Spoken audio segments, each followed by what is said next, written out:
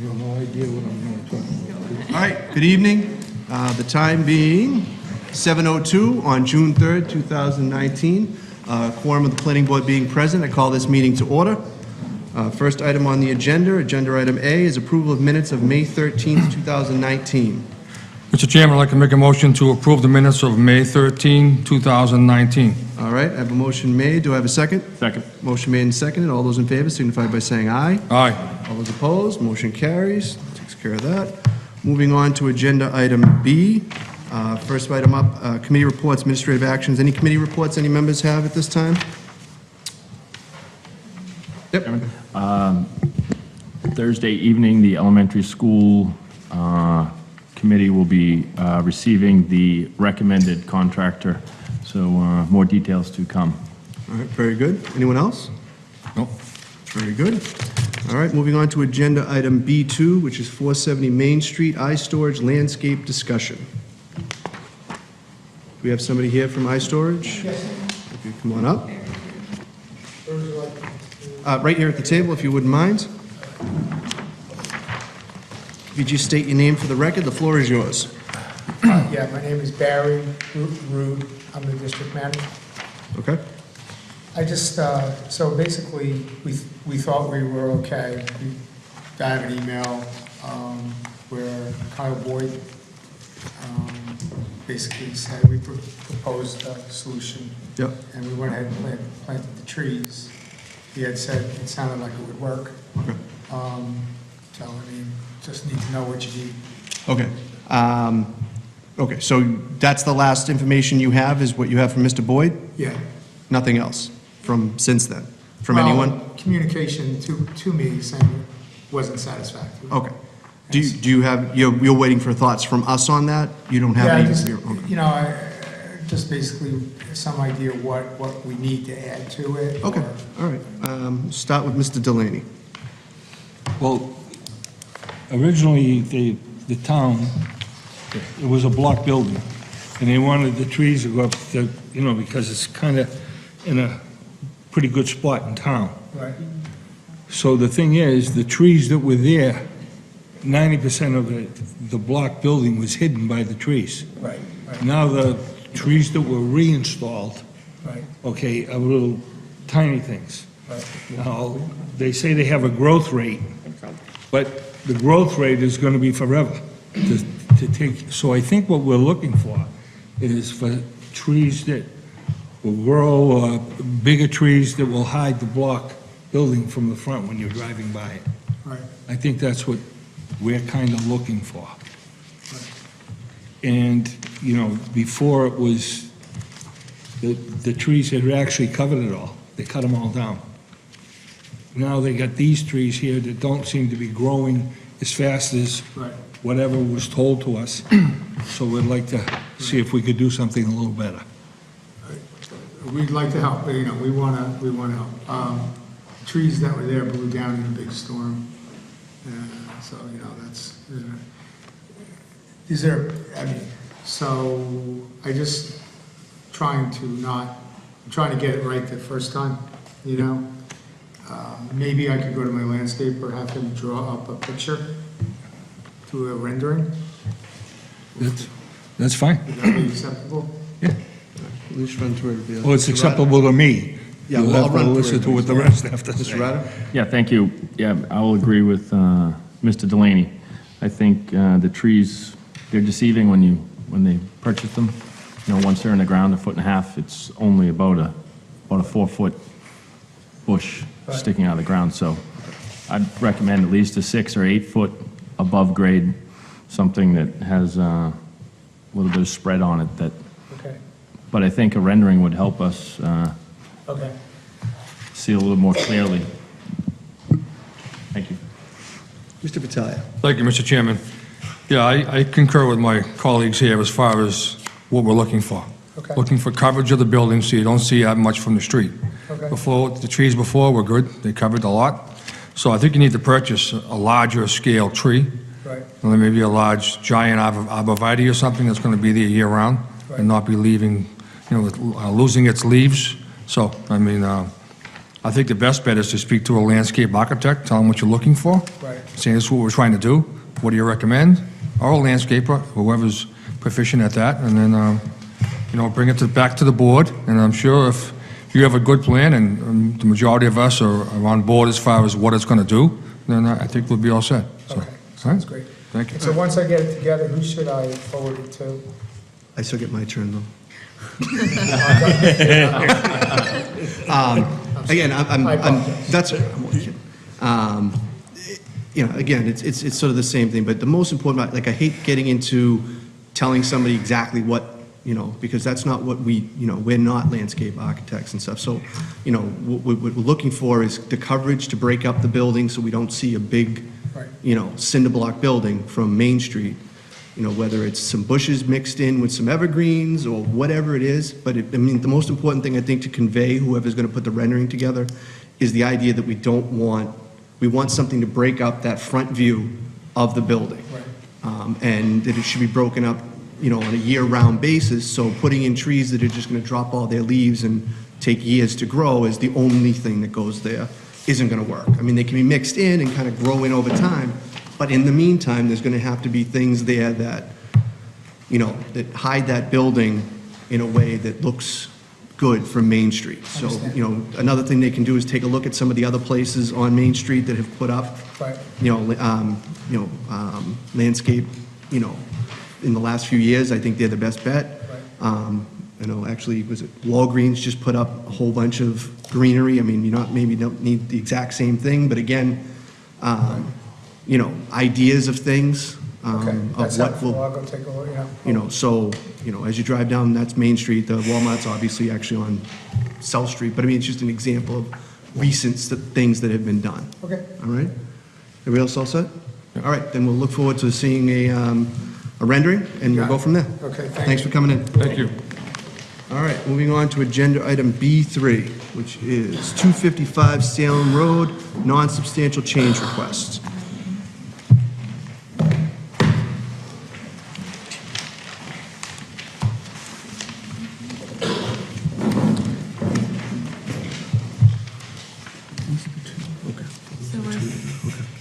So while you guys are just getting settled, just to let some people know in the audience, because I don't want people to get stuck here in case they don't need to be. Agenda item D, which is 1420 Andover Street, that the applicant has requested to be continued to June 24th. And the agenda item F, which is 91 Northgate Road, the applicant has also requested to be moved to the 24th. So if you're here for either of those two items, nothing will be heard on them this evening. They'll just simply be continued to the next meeting, so you won't miss anything, nor would you have an opportunity to speak even if you stuck around. So if that's what you're here for, you don't have to stick around. If you're not, feel free. I'm sure you'll be enthralled with our evening.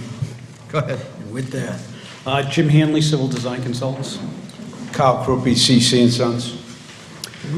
Okay, so we were last in front of you on May 13th, and at that time, we approached you with a request for a non-significant change.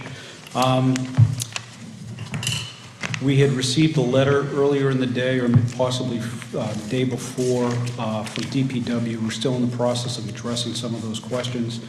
I think where we left it, and I think where the board left it, is there was one issue relative to stormwater volumes that the board felt like they would like to get an additional information from DPW. So that was the 13th. On the 17th, which I believe was Friday of that week, we resubmitted a set of plans and a response letter and all of the information that was requested in the review letter. We got some information back on Friday of last week. So we haven't had a ton of time to try to address these comments. But I did get to the point where I was able to at least type an email back to planning so that you had kind of our thoughts on where we stand. I think for the most part, the remaining comments are details in nature. And just walking through these a little bit with you. Homeowner documents, we provided a template document now to planning board and to DPW so that you have that There was some comments relative to the size of the orifice and still some concerns with that. I'll just reiterate that we've used that same exact standpipe in town previously, and I've used it throughout the state and have not had any known issues. But one thing that we've done when we resubmitted the plan on Friday was that there is a trash rack across the outlet structure, and we modified the grading so that the slots in the grate are actually a ½ inch apart. On the original plan, they were 1.5 inches apart. So we've actually kind of choked down what can actually get into the outlet structure and therefore clog the pipe. It's kind of about as good as we can do, and it's as tight as they make that grading. We also, there was a comment in the initial review letter relative to the potential for the trench drain that was dug along the property line, potentially clogging and failing in the future. So we actually made some, if you look at the documents there, we actually made some adjustments to the property line, and if all goes well, we'll come back in front of you with an A&R maybe next month. But the reason that we did that was to provide a swale. So we'll be able to see that swale. It's not underground. We'll be able to see if it was clogged, which it isn't. We also ran the numbers on it because there was some concern in the letter that we received Friday on whether or not there was capacity in the swale and if it would overtop into the abutter's property. So we did run those numbers. We have considerably more capacity than what would ever drain there. So there's a small little drainage area that's just really to the side of the house, and that swale provides the geometry needed to kind of pass the storm along. I didn't want to dig test pits until I got this information from DPW. We understand we're putting in some leaching systems on the lots to collect roof water. We know that has to be done, but before we kind of got to this point, I didn't really want to do that until we kind of knew. So certainly we're in agreement with that. The stormwater volume discussion, I want to reiterate a couple of things. Is first, the development doesn't need to meet the stormwater management standards because it's not in conservation's jurisdiction, and it also is 4 lots or less. So there's that, even if it was, we wouldn't have to comply, but we have complied. It's important to note, too, that the stormwater volumes, I know there's been some talk about possibly rewriting some regulations where we have some rules on that. Right now, there's no rules. There's no rules locally, and there's no rules through the state. So we put that information together that we presented to you at the last meeting and presented to DPW as well, which is really kind of a schematic, a diagram as to how much area we actually need and showing we have significantly more area. That's kind of where we stand right now. We're really hoping that we can salvage the construction season. We can get out there and pull permits this week. Really just looking for an approval contingent upon a design that complies with the local and state standards. All right. Mr. Rada? Thank you. So you have not, your comments to Mr. Hardman, he hasn't got back since those? Yeah, you know how it is. I got him Friday morning. We responded in the afternoon, and I think he's out actually till middle of the week or so. Okay. And so you are going to revise and do additional test pits? And on just one other question, on the recharge basins, on each one of the parcels, are they going to be tied into, is there an overflow to those, or you just maintain? So normally the typical detail that we do is that it overflows through the discharge, the gutter down the side of the, yeah. So okay. If it ever backs up, it would On the overtop discharge? there, Okay. get into the system, and then get into the pond. Okay. That's all I have. Thank you. Mr. Vitalia? Thank you, Mr. Chairman. So the half-inch spaces you're having for the pipes has not been looked at by Mr. Hardiman at all, correct? I don't know it has. Okay, Yeah. all right. Because we want to get that reviewed by him, I'm sure, to ensure on our end that, it's all above board and so forth. But just now, this homeowners association, This is a standard one that they put out, or is this something you guys put together? No, so it's something we've put together that we've used in town previously, and we've kind of modified it, massaged it to Okay. be site-specific. Yeah, that was my next question. Is it already been used in town? Yeah, I For the think most part, the it has? format Okay, so- generally has been accepted, yeah. So we don't put this to our, no, okay. All right. I'm all set, I guess for now. Thank you. Mr. Delaney? Yeah, the only question is with the smaller drain holes, the half-inch holes. When that slows the water down from going into the pit, what happens to the water that stays back? Is it going to get backed up onto the street? Yeah, so the way it actually works is we have two outlets so this is only the storm events that exceed 100 years, right? So we get those every once in a while, the big storm events.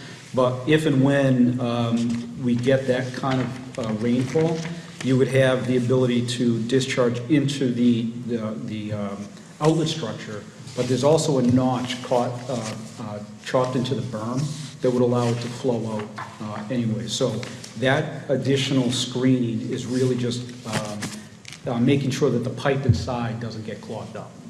So we've taken care of that. Even worst case scenario, that it's all clogged up, it's going to discharge out into the water. Yeah, I'm all set.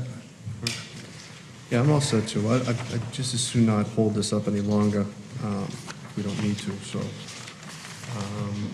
What is the pleasure of the board?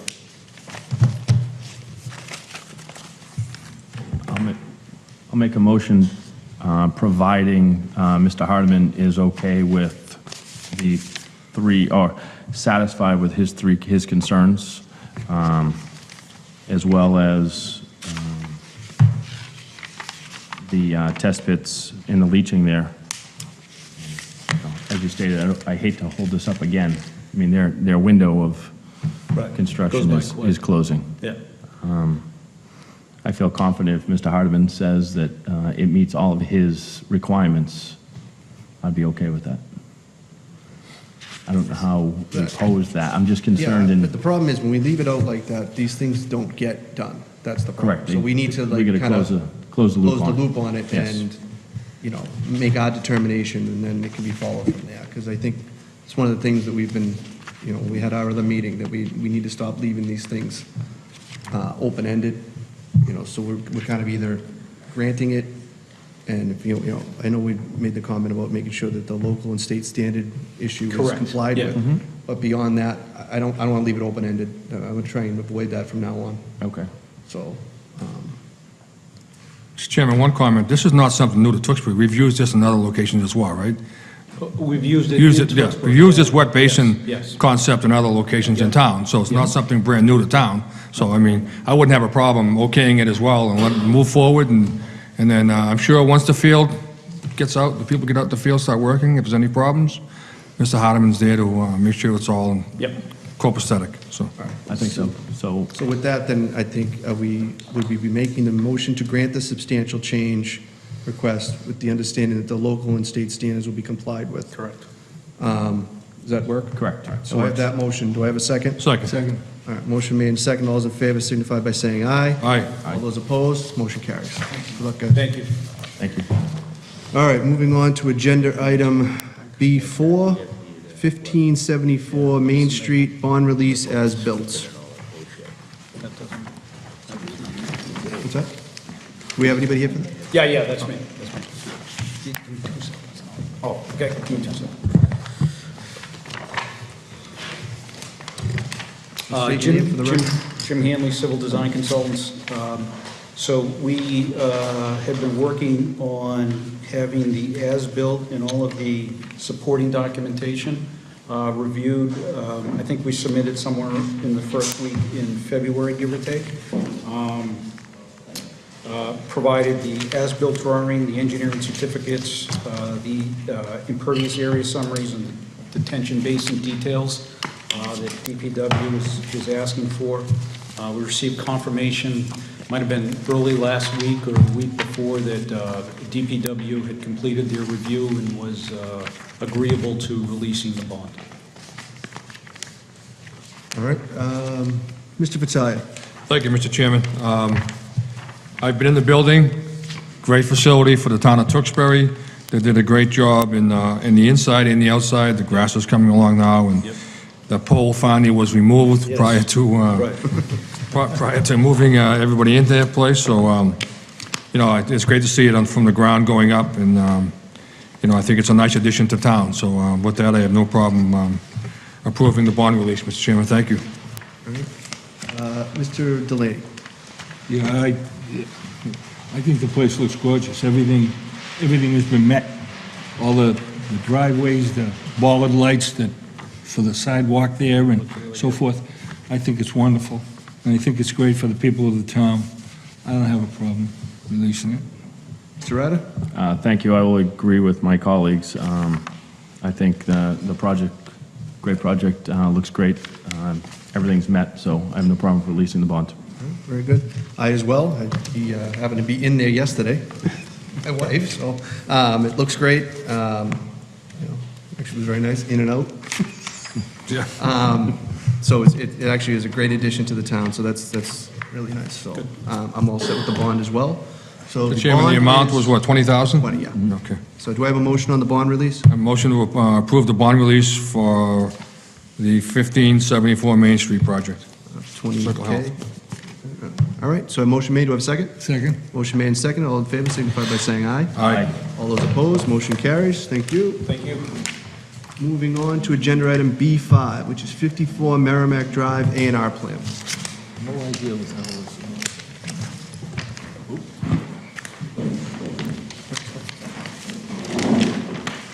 Just state your name for the record, the floor is yours. Roy Trull, 190 Helvetia Street, All right. the applicant. Okay. You want to tell us what you're doing, or? Basically just subdividing a parcel and transferring it to another parcel that I own. Okay. All right, Mr. Delaney.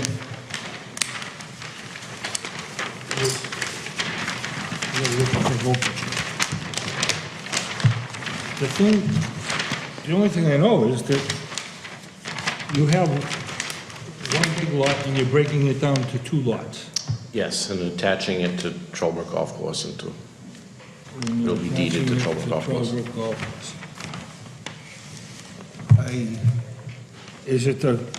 Is this the part Parcel X? Also X. where the line goes through?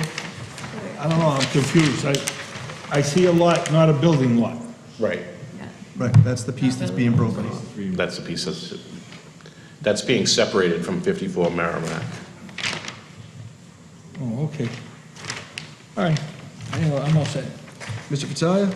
Yeah, I'm all set, Mr. Chairman. It sounds like it's pretty straightforward.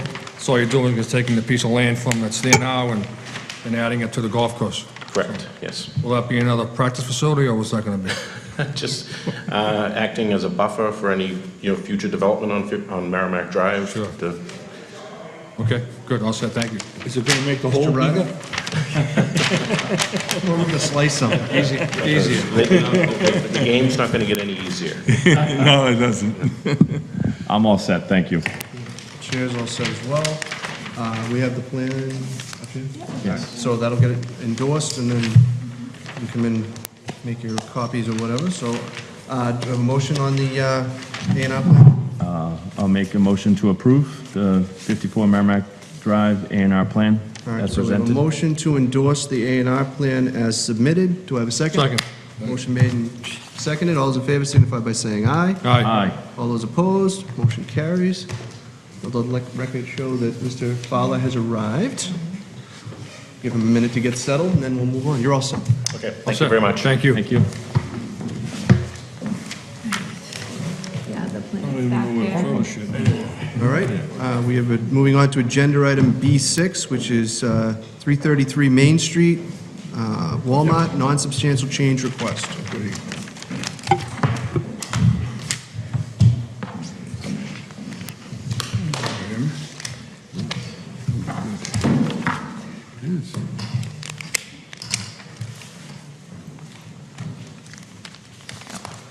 Thank you.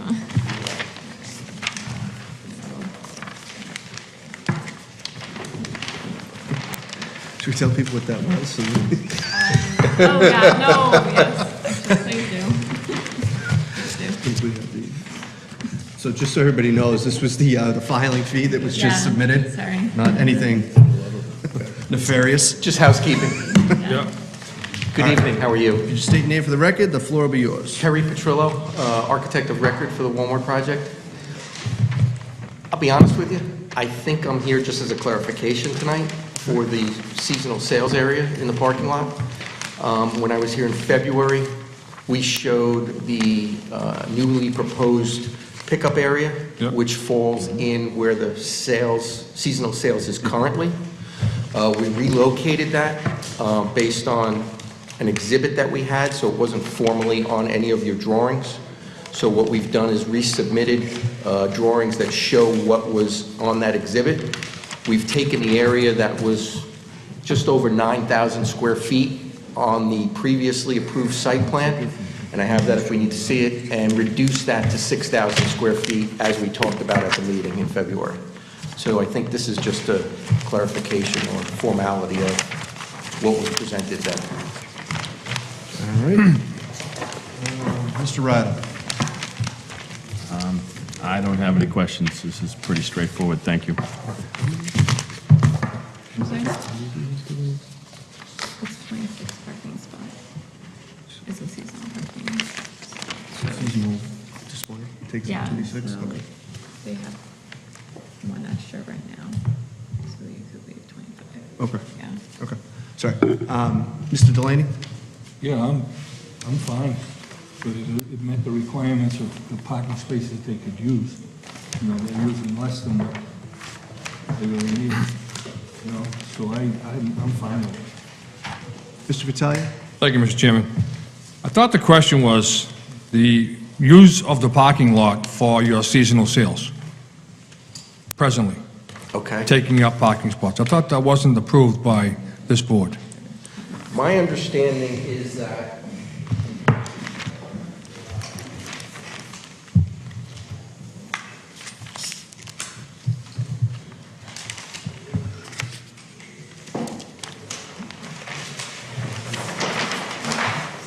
this is the site plan that was produced by Greenberg Farrow, I believe in 2010, when the expansion was done, which actually shows an outlined area of outdoor seasonal sales.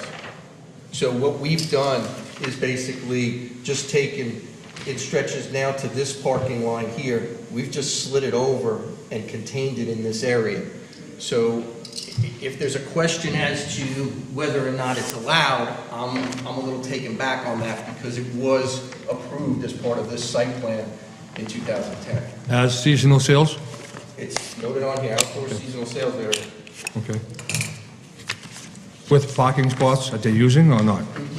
This area right here, and it's boxed, and shows the parking spaces that they were presented to use. Yeah, I mean, that's what we're about. Okay. So with that being said, during the seasonal sales area time frame, you're losing how many parking spots for the public Currently or in the proposed? currently? So currently,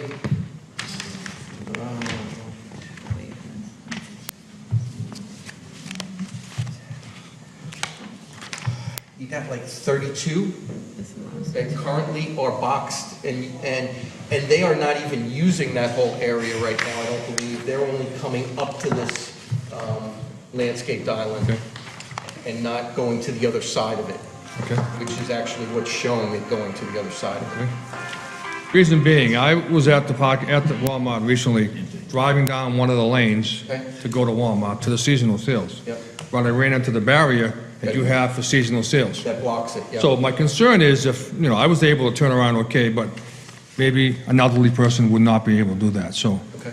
I guess my question is, what do we do to prevent something like that happening to an elderly person in Tewksbury not being able to navigate that area right there? So I think, to your point, the proposal is actually better that we've proposed for it in the future, because it leaves the drive aisles free Okay? and just goes from outside a parking space to outside a parking space and encompasses the landscaped island, but my aisles are free completely on both sides.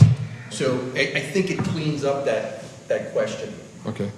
So, and to the left of that is the pickup area, And correct? then the pickup area is over here, Okay. yes. So when it's not being used for seasonal sales, it'll be continued to be used for parking for Regular regular parking. customers, see for regular Yes. use of the, okay. Yes.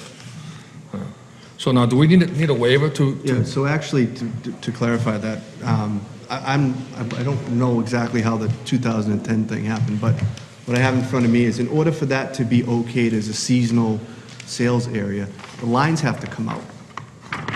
So it can't be used for parking. It needs to be, it needs to be unlined.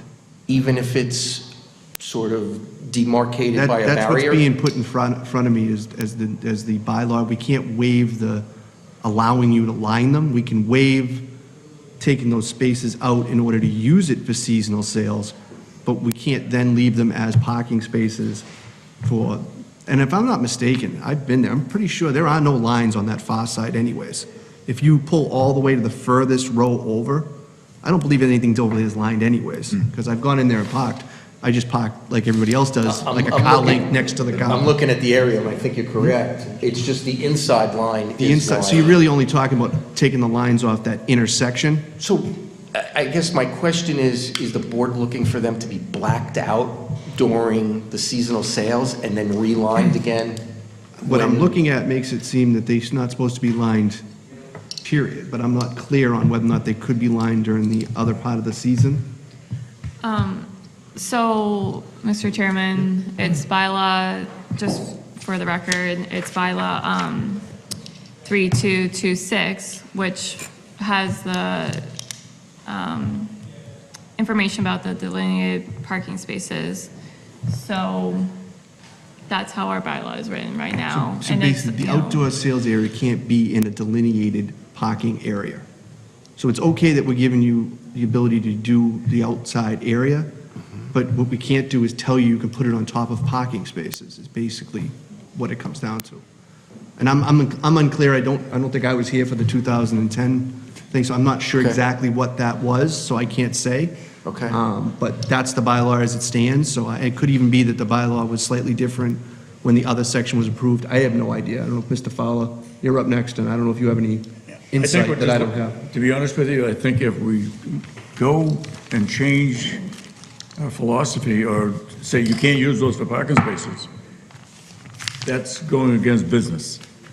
If we tell them that it's restricted to 2 months of the year, then they can park there, whatever. I mean, right now, Home Depot has the same thing. Are we gonna go down there and tell them they can't do it? There are probably 3 or 4 other parking lots in this town that have seasonal sales in the parking lot. Yeah. And I can remember saying, not myself, but someone saying, the good thing about this is, the good thing seasonal sales on in Christmas time, because that's the only time that Walmart's parking lot It's full. is relatively full at Christmas time. So you never see, and that's why I'm in favor of, you want to do something? Get rid of the tractor trailers that are in there, as we've done. Because those are the ones that are taking up spaces. I said, before I left here last week, there were 5 tractor trailers parked there overnight and in the morning. That's about 50 spaces. And to your point, Mr. Fowler, we met with the township 2 weeks ago. Yeah. And we're working on a solution to that. Okay. It's just not cut and dry, unfortunately. It's, we discussed this last time when I was here. But we have engaged your police department, council, building commissioner, and we all were in a meeting 2 weeks ago, and we're working towards a solution for that. Okay. Well, I So- appreciate your work on that. Yeah. So I may have, Mr. Fowler, you all set? I don't want to cut you off. I was talking to Anna, and she gave me a sort of a thought. What's the thought? Well, in keeping to the spirit of what's here that we apparently can't waive, and again, this is because it's being brought to our attention as an issue, that's why it's even being discussed, is that it says that they can't be delineated parking spaces when it's being used as seasonal. So if, for example, tarp will put down over the parking spaces before the pallets of mulch and whatnot go down, they are no longer lined parking spaces at that point because they're covered. You know, it would be silly to have you paint over them every season, but I mean, if they're covered and then whatever's put out there, that sort of allows them to still then be spaces during the time of year when they're not being used. I understand the point, but I think anything that went down over those just becomes a tripping hazard. Because there's no way you're going to keep it from not ripping, tearing, or anything of that nature. I mean, Everyone, go ahead, Bob. everyone else in this town who does this puts up some sort of barrier, just so cars, A, won't drive in there, even if there's nothing in there. They either put, at Home Depot, I think what they do is they put stackable cement blocks and then put cement posts between them, so it's obvious that no one's parking in there. And I'm not sure what everybody else does, I haven't taken note of that, but I think the gentleman's thought about, you put bark mulch down there, and it could be difficult, especially for some handicapped people in wheelchairs. I Mr. think Chairman? the way we, Oh, sorry. yeah, no. I think this has been going on for quite a few years. I can remember Mr. Plunkett being very upset about it, and then we put our heads together and came to the fact that it is part of business. And if we can't let them have their business in their site, in the land that they own or lease, we're restricting them from doing things, especially at Walmart. The parking lot is so huge. So I don't find any problem with it, as long as it's collected, it's kept up. So, Mr. Chairman, if I may. So the reason this was brought up is the town council, when we met about a week and a half ago, brought up this issue about the delineated parking spaces. So that's why it was a discussion point today. You are able to waive the requirement of how many parking spaces are needed for Walmart. Right, but that doesn't solve this problem, which is not being able to waive the spaces being lined. now if is there anything in that bylaw that says markings can be used to delineate outdoor vending of some sort? Is there an outdoor vending that we can use to go around the marked, for what, 3 months? We talk, April to? Usually it's like April through July 4th, right around there. I mean, 4 months, 5 months tops? I can look one up. And the area is delineated, as you said. There's a During that time. boundary to it currently. And again, I think the proposed is a lot cleaner because we keep the aisles free, whereas right now, they encompass sort of the drive aisles. So I think the proposed is much more delineated and usable.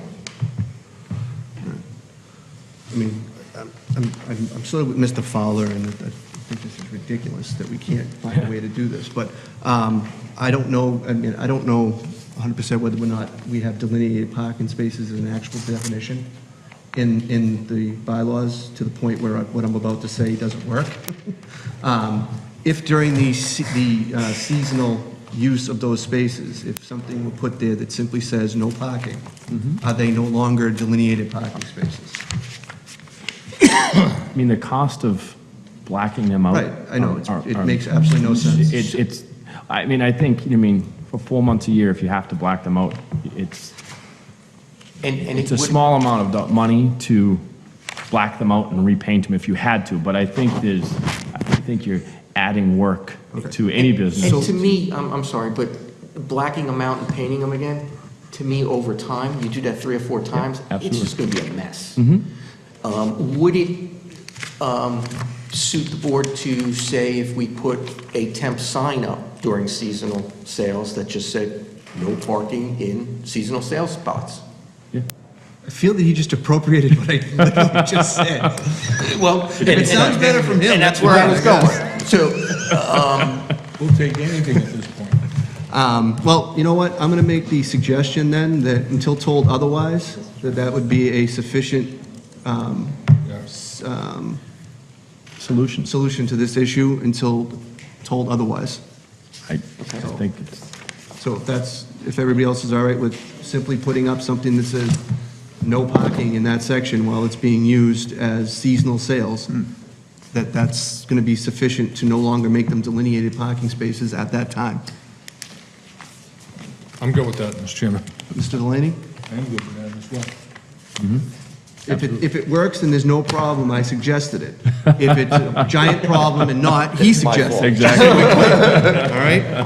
The record will reflect both, so that's fine. So I'll take the credit, you take the blame, we're all good. no problem. All right, excellent. So with that, do I have a motion on the non-substantial change request? I'll make a motion to approve the non-substantial change with the condition of marking no parking during seasonal sales. Okay, in both of those sections, because that's separated Correct. by an island, so Yes. there's the two Both sides. If for some reason that far side isn't lined, I guess it's not really a problem at this point, unless, of course, it gets lined in the future, but those ones on the other side are definitely lined. I know those are. So those sections definitely have to be marked. Okay. All right? So we have that motion. Do I have a second? Second. Motion made and second. All those in favor signify by saying aye. Aye. All those opposed, motion carries. So one quick question. Yes. On the comments I got from the building commissioner with regard to our submittal, his number 10 was original special permit showing that seasonal material is allowed in parking spaces. Is that satisfied now then? Well, yeah, because we're basically saying that during that time, they are no longer parking spaces because they're going to be marked as no parking.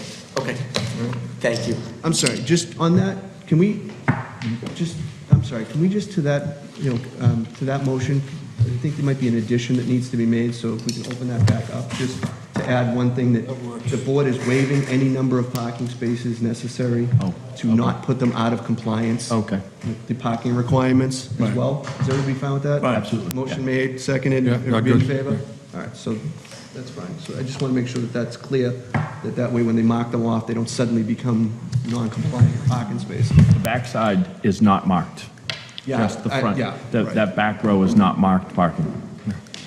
All right, so we had that. Very good. Perfect. Thank you. Thank you. Yeah. All right, so with that, we move on to agenda item C, which is 2131 Main Street. Do I have a motion to waive the public reading? Excuse me, sir. I have a motion made. Do I have a second? When the Motion made and seconded. All those in favor signify by saying aye. delivery? All those opposed, motion carries. That location start yet? No. So, we should.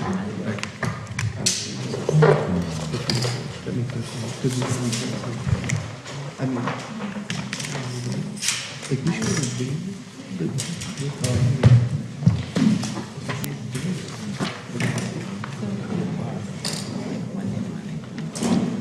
right. Exactly. So I'm not going to do this. Okay. To see, Yeah, I mean, this is the time to do it anyways, because we're substitute. No. definitely. This is a brand new application. Yeah, we just waived the public reading. You guys missed it. All right. Give me one second, gentlemen. So I thought of this, Mr. Fowler, when you were walking in, I was reminded of it, so I'm going to say it. I'm going to quote Mr. Fowler's sayings that he's used multiple times that to remind us all that, we can disagree without being disagreeable on any matter. Those wise words by Mr. Fowler, and I thought of them today on the way here, so I thought I would quote him before we started. All right, so with that, gentlemen, if you just state your names for the record, the floor is yours. Thank you, Mr. Chairman. Andy Street, Civil Design Consultants. John Paneras. All right, floor is yours. So, thank you. Good evening, and thank you. The subject parcel is located at 2131 Main Street. It's tax map 96, lot 53. The site is commercially zoned in the front portion, R40 zoning district in the rear portion back here. The South Village overlay encompasses the entirety of the parcel. Abutting the site, we have multifamily dwellings around the rear portion, and then commercial developments on either side. We have an ongoing conservation process. There is a wetland system located along the northern property line, wetland system here. That process is still ongoing. We'll be before them again on Wednesday to continue that discussion. It's our understanding, though, that we've addressed all of their concerns for this project.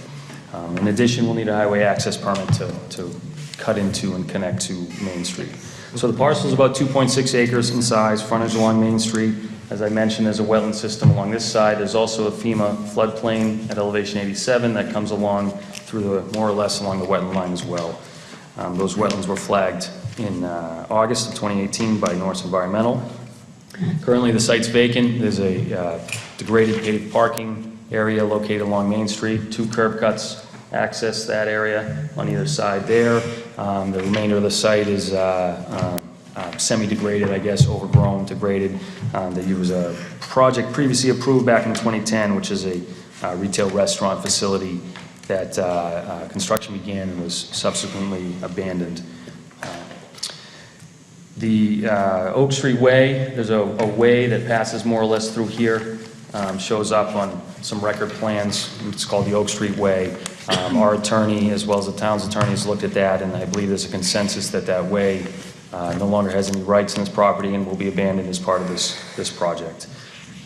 The development itself consists of consolidating those 2 curb cuts into 1 curb cut that will serve as access to 15 townhome-style units spread out over 3 buildings and a 2,000 square foot commercial space located along the front along Main Street here. The parking for each of these units will be tandem. There'll be a space in the front, inside the unit, as well as a space just outside the unit immediately behind that. There's a commercial parking area located behind the commercial space here, which provides 10 spaces, I'm sorry. The 10 spaces for 2,000 square feet, that's designed for a retail facility. The tenant is still unknown, but the retail is the more restrictive parking requirements. We've designed the parking lot for that. In addition to those, there's 9 guest spaces spread out over a parking area here, and then some parking spaces here located behind the commercial facility will also be designated for guest spaces. Landscaping will be provided throughout the site. Weinmeyer J has prepared a landscape plan and submitted it as part of your package. There's screening along Main Street. There's screening throughout the facility along the abutters property lines and throughout the site in general. Snow will be stored towards the rear here in 2 separate areas there. Any snow in excess will be trucked out as necessary. Trash pickup for the townhomes will be done by the town, and a private hauler will take away trash for the commercial facility. On site, there's some sidewalks that will connect the commercial space to around its parking area, as well as new sidewalks located along Main Street here as well. In terms of the village residential design guidelines, which kind of oversee this overlay district, we've taken steps to address a number of those items in those standards. We've consolidated these curb cuts. There's 2 today. We're down to 1. We're reusing a vacant site. As I mentioned, the site is currently completely unused, so we're adding some value and some use to the parcel. It's a complementary development. The site is surrounded by similar townhome-style units around this area here. There's a number of these townhomes located just off of this property. All utilities will be provided underground. We've screened the parking area for Main Street, both with landscaping and with the building itself. Sidewalks along Main Street, sidewalks on the property. There's ADA compliance is necessary to connect those sidewalks and along Main Street and those sidewalks. The curbing will all be throughout the site and will be granite curbing.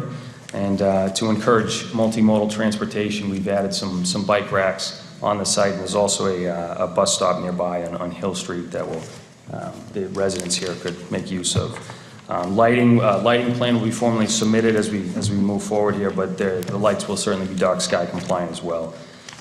From a utility perspective, they are all underground. Utilities, water, gas, and electric will connect in Main Street. And then there's a sewer, the town sewer passes through an easement along this property line here, which will provide, it's where the sewer system for this development will tie into. Stormwater is managed, captured and treated in a closed drainage system, catch basins, manholes, and then there's 2 subsurface systems that will capture the stormwater and ultimately have discharges towards the wetlands on the property. We are seeking 4 waivers with this application. There's the building height waiver. The bylaw requires 2.5 stories and 35 feet. We are requesting 3 stories without exceeding the 35 feet, so 3 stories and 35 feet, which is a common waiver that other projects similar to this have sought and received in the past. Asking for a waiver from the land disturbance permit. Another one that similar projects have received. The amount of disturbance triggers a permit with the EPA, which typically encompasses the requirements of the land disturbance permit. The maneuvering aisle along Building 2 in the rear here is only 22 feet wide. Instead of the required 24, we shrunk that intentionally as a way to try and limit parking illegally across from the units. So this isn't a waiver we need, but it's something that, kind of working through this on the design side, we thought would be beneficial to try and limit parking in those areas. And we're also seeking a waiver to waive the preliminary process that typically comes along with a project of this nature. On the review side, we received review letters from the DPW, the Fire Department, Housing Authority, and Ms. McGinty in the Planning Office. The DPW did not have any comments. They seem satisfied with the design as it is. Fire Department as well. We believe we've addressed all of their concerns, and they have appropriate access and Fire Department connections. And then the Housing Partnership has requested the typical 15% affordable, which will be provided, and that will using 15% of 15 units will be two of these units will be affordable units. And then from Ms. McGinty, we have some comments about landscaping, and I believe the affordable is in there, and all of those will be addressed. The landscape architect has assured me that the landscaping will meet the bylaw as it is written. In addition to all of these comments, we request that prior reviews, traffic reviews, and other correspondence that came about as part of a project at this location already be kind of included in the record here, because we also kind of along the lines of waiving the preliminary process. So just in conclusion, we believe this development is consistent with the area it's in. We're providing the affordables that are requested and required. And we've taken a lot of steps here to address both the bylaw and the design guidelines that come along with this overlay. So with that, turn it back to the board, and we're happy to answer any questions that you may have. Okay. Thank you. So before I put it to the board members, there's one housekeeping matter I just need to do. We just need to deem that this is not a repetitive petition. So we just need to put a vote on the record that that's the feeling of the board, that it's not a repetitive petition. So do I have a motion for that? So moved. I have a motion. Do I have a second? Second. Okay. All those in favor signify by saying aye. Aye. All those opposed? All right, motion carries. So that was just a housekeeping that we had to do. With that, I will open it up to Mr. Fowler. Well, thank you.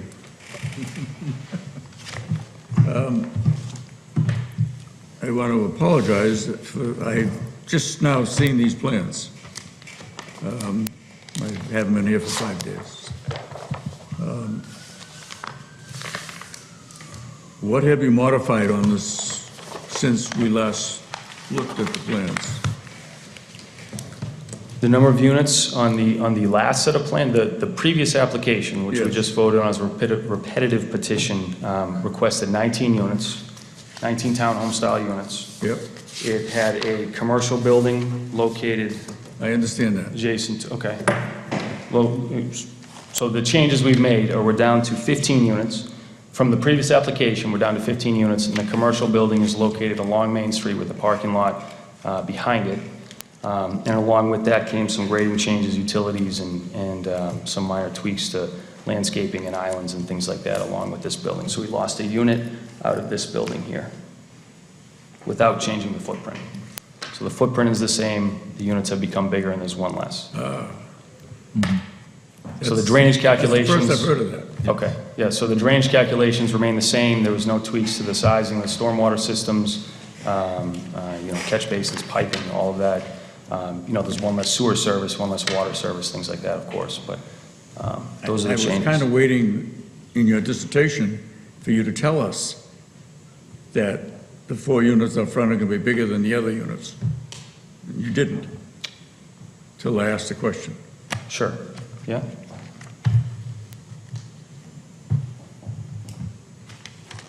I'm going to be very honest with you. I was coming here this evening to support this when I heard that you were going to reduce the units in the building. And I asked Caitlin, our secretary, is it on the back or the side, right front or the left front? And she said it's on the left front. But nothing was said about the making the units bigger. Is that not a problem? I mean, you kind of, you're questioning it like, what's the big deal? Well, I certainly don't mean to be implying it's not a big deal. We presented this as a new application, brought this to the board, and we're talking about the project as it stands today. I mean, you asked the question, and I certainly addressed it. I'm certainly not going to hide. I'm just answering the questions and presenting this project as it stands on the plans before you today. Mr. Chairman? No, that's, Mr. Fowler? what's that? If the question is about unit size, we can certainly change unit size. If you prefer smaller units, that's part of what you're asking as well. I have one question, and I need some clarification on this. When this project came back, it was the reduction of a unit. So, understanding, we thought it was the reduction of one building, so I guess, I'm but I confused think on, that, I understand. is it, we just, But I guess, depending on your point of view, a reduction of a unit is in fact what happened, meaning there is going to be one less residence there. So a separate point, again, it's passing, how you view it, is the request from a member that the footprint of the buildings also be reduced. I guess you can look at it as separate things, because this project as presented is giving a footprint that is the same as a similar submission, but it does have one less residence, which would mean 2 less cars, et cetera, et cetera.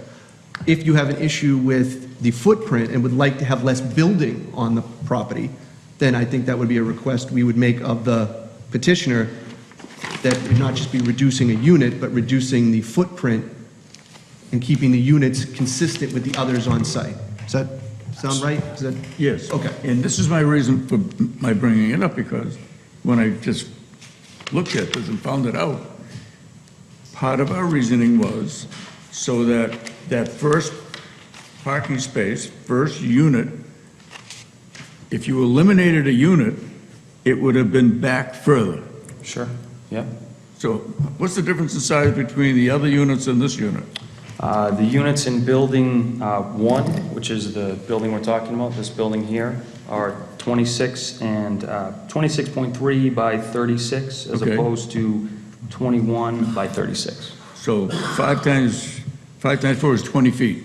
Yeah, we are more than happy to reduce the size. So in other of words, this. you've still kept the building out that far. Correct. You haven't made it a little safer by having that parking space or that area 20 feet back from where it is. Again, we're more than happy to do that, if that's something the board wishes. Yeah. That's fine, I'm all set. Okay. Mr. Rowdy, you can continue if you like. all right, no, thank you. I was just looking for some clarification, on when it was determined what is a new project. I was under the impression when it was brought back in, ultimately it is a new project, same square footage, just basically divided it by 4 instead of 5.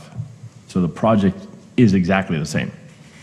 Well, again, it's going to depend. And I guess which way you look at Right. it, so, Units versus footprint. okay. That's all I have. Thank you. And again, I think, just again, so we're clear, I mean, again, the original one did start off at 19. Yes. Correct. When we got to the end of that previous project and voted on it, a discussion had gotten it down to 16. But in truth, when you're talking about two different projects, what was originally submitted was a 19-unit project. What's being submitted here is a 15-unit project as a starting point. Understood. So, I mean, again, it's more of a matter of, you know, No, I you know what I mean? understand. Like, we can only pull so much in from the last one in No, I'm terms just of trying to, I mean, people that talking that about. are not here and understanding, as you stated, this is not a continuation of Right. the last project. Somebody that's not understanding, Okay. it's the same square footage overall on the The parcel. footprints. Footprint Footprints are is the same on the yes. parcel. Okay. Thank you. Mr. Delaney? Yeah, the only question I have is the building on the left. If you decrease it, if you bring that back to the original sizes, the original size, it'll give us more room for the snow storage, for everything, I think, in that area. So if we could reduce the sizes of them, the units, I'm fine with it. Yeah, That's the big thing.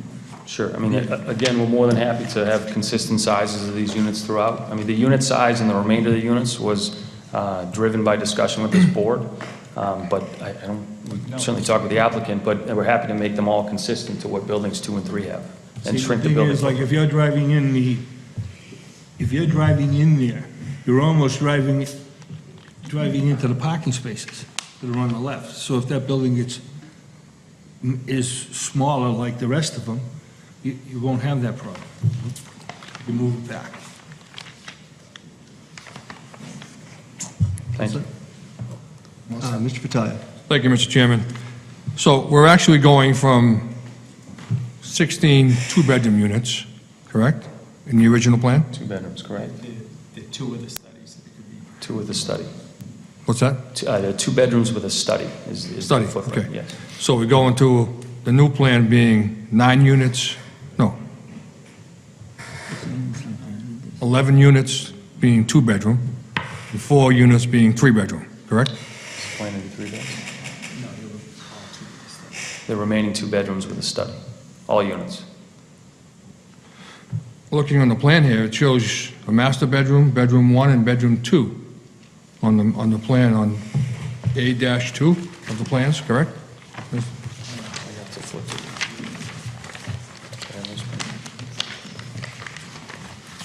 Are you committing to 2 bedrooms? No. Do you want to speak to this? Yeah, I think he did 2 with a study or a third bedroom.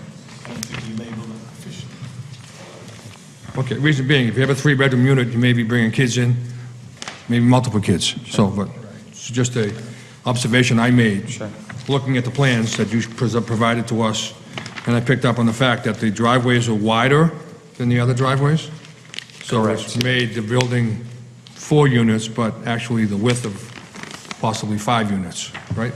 Correct, yeah. So, in an added bedroom, correct? So- With the unit sizing, the bays, if you, for lack of a Yeah. better word, in front of the units get Because wider. I thought I had seen somewhere in the plans that there were, some of the spaces were 18 feet, 19 feet, 20 feet, 23 feet, 25 feet in width of the driveways. Right. So, but, okay. Just my observation looking at the plans. Another observation I made, and I discussed it with you last time you were in on the last plan, was that there's no providing any location here for the Postal Service CBU box, Correct. which is going to be important because letter carriers have to come in, deliver. Now, you're having, what, 15 residential and 1 commercial. So I believe they're going to be looking for that requirement.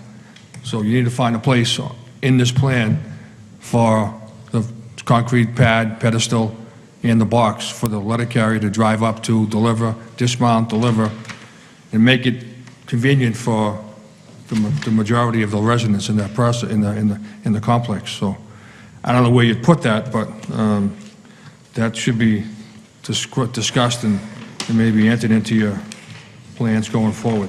So, Correct, and I've been in touch with Ms. McGinty. We've received I believe it's a formal policy or letter or regarding that issue that we will roll into this I project. didn't know if you could put it in as you drove into the complex after the first area of parking for the commercial, on that island that's right there. where the 4 visitor spots are, I think. Yeah. Yep, So, I mean, maybe you could mount it there, right. but I mean, you should be discussing that with the postmaster, because he's going to want letter carriers to come in and be able to access through the unit and back out. Right. So, but, We will, yeah, we'll confirm sizing of the pad and all that with. yeah, with most of the units are like 16 units that, with parcel deliveries as far as well, but, so. That's all I have, Mr. Chairman, thank you. All right, so, again, sticking with what, what we have in front of us, that front building has to be, they need to be consistent. They have to come down to the size of the other units. I think backing that up as far as it can be from the street makes the most sense. Whether or not, and again, discuss it amongst yourselves with the, the postal thing, whether it's going to be there on that right, or once the buildings are shrunk to the other size, whether or not the island just past the end of the building becomes a little bit wider, maybe it can go right there. I don't know what makes the most sense for the letter carrier. One way or the other, they're going to have to swing around either way, and they're going to be on the right side.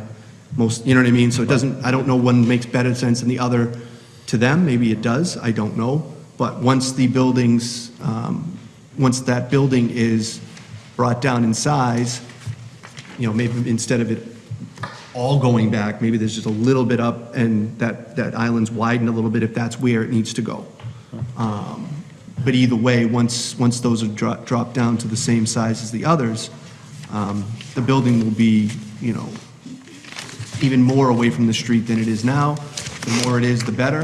It leaves more room for people coming in and out, for the commercial or for the residential. As far as the renderings, I'm fine with the renderings. I mean, those are pretty much what we've talked about in most of the ones we have on, the major roads in town. The more sort of decorative pieces, the better. We want them to fit in, we want them to look nice from all sides, because with Main Street, you're driving from all directions. They said they were going to submit it. We're incorporating the traffic information we got before, so we don't have the traffic engineer here to rehash it, but my guess is it's going to be mentioned again. So one of the questions I would have, and maybe we can get an answer to, is when we got to the end point of a previous hearing, we had been at 16. It started at 19, went down to 6, so the numbers were changing as units were being reduced. What I'd like to know is, as each of the units drops away, because the original traffic study came in for the 19, what is the actual number change of vehicle traffic as you're coming down to, at this point, 15 units? What's the real change? I'm guessing it's actually probably going to be nominal, to be honest. Right. Which is why I didn't have a problem with it before. I'm not going to have a problem with it this time either. But I just want to make sure that what I'm getting at is the continued reduction of units, the actual change it's having on the amount of cars coming in and out of there based on the study isn't going to change much as you keep going along and along and along. Sure. So what I'm just trying to get an idea is how much is it moving each time, from the original number to 15. So okay, now if it would drop to this, it's only changing by a percentage, not even an actual trip, is what I'm probably getting at. But just again, it's more informational, because we're obviously not going through that whole thing with the traffic engineering here. But it is just more of interest to me than anything else. But otherwise, like I said, if we can get that building reduced to consistent sizing, whether or not it was going to be 3 bedrooms or not in planning, I would not have been okay with that. It needs to be consistent with the others either way, because that does change the map for us. If you have 3-bedroom units, you're changing what might or may not, who's living there. So that wasn't going to work, at least from my perspective. So moving them down so that they stay with the 2-bedroom and the size of all the other units is important, at least to myself. It sounds like it's important to other board members here. So I think your stated willingness to do so will only help your cause. The only other one that I want to mention, because it was in the waivers, but we do this before, and I think it gets lost a little bit. When we do the 2.5-story and the height. When we're talking about the waiver for that, one of the reasons why I'm okay with it is because it's internal to the building. No, you're not asking for a height waiver that would be noticeable from the outside. You aren't going over the height restriction. You're only changing the internal workings of the building, something no one's going to see unless they're in the building. So we're not building or allowing you to build a building any taller than the bylaw already allowed. It's the internal structure to the building that's changing and why you need the waiver. So it's as high as it would be even if it were in compliance. It's no higher. It's just an internal change. So other than that, I'm all set. Open it up to the audience. Anyone with any questions, comments, or concerns, please come up to the podium. Oh, I'm sorry, Mr. Chairman, one Delaney. question. Yeah, is the lighting plan for this development is been submitted, or are you submitting it later, or? So we have proposed lighting shown on our site plans. A formal design of that lighting has not been proposed, but we are committed to the dark sky lighting that will not spill over into neighbors' properties. Yep. Well, So the thing is, that's a bylaw anyway. You Sure. can't. So the thing is, the lighting poles, they're not going to be affecting the parking or the drive area. In other words, they're going to be set back, or are there going to be post lights out in front of each unit? I believe the vision is more of a post light as opposed to a parking lot lighting shining down on the area. It's more of a residential feel than it is not to bring back Walmart, but a Walmart feel kind of thing. So, yeah.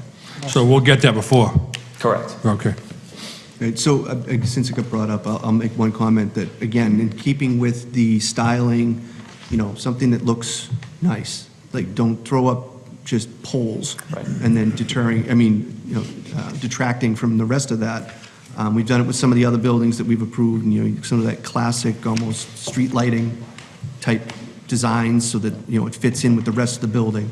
And obviously, to Mr. Delaney's point, these accidental, mountings in the middle of a parking space are not going to be okay. Right. So don't come back asking for a waiver or a non-substantial change for putting it in the wrong place. So with that, I'll open it up to the audience. Anyone with any questions, comments, or concerns, please come up. Can you guys just slide your easel? I think the camera's going to pick up whoever's at the podium.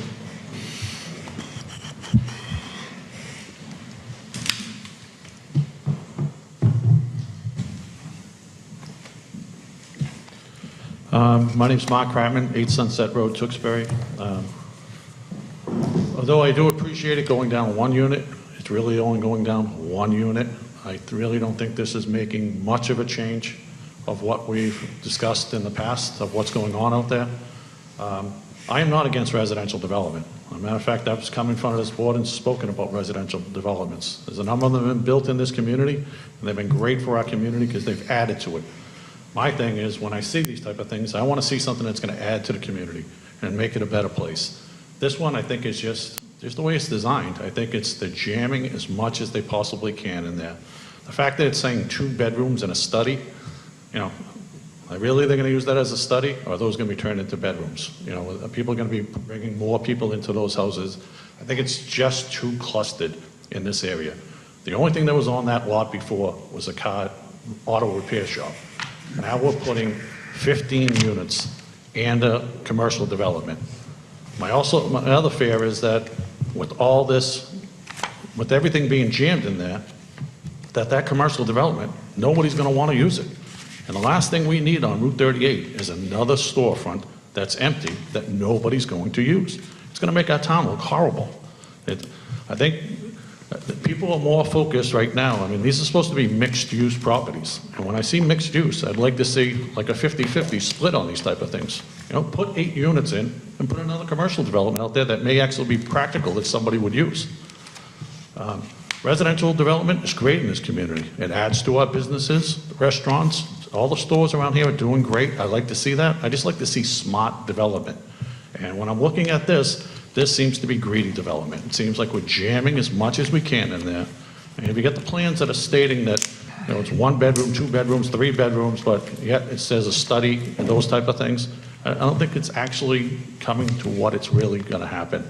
How many people are going to be living in these units? And it is really to rent this place. I mean, every time I come in here, I always talk to, it's not just this developer, but it's other developers. Do you have somebody that's going to lease that property? Do you have somebody that's going into that commercial development? And no, we're going to look at somebody there. Well, we just built how many new developments, and we put them out there. And granted, there's a couple of them on 38 that are awesome. They built really nice developments. And there's a couple of other ones where we get empty storefronts. And we're building more and more of these type of places where I think the developers are really getting their money off the residential portion of it. And we're going to build a commercial because we have to, because it's a mixed use.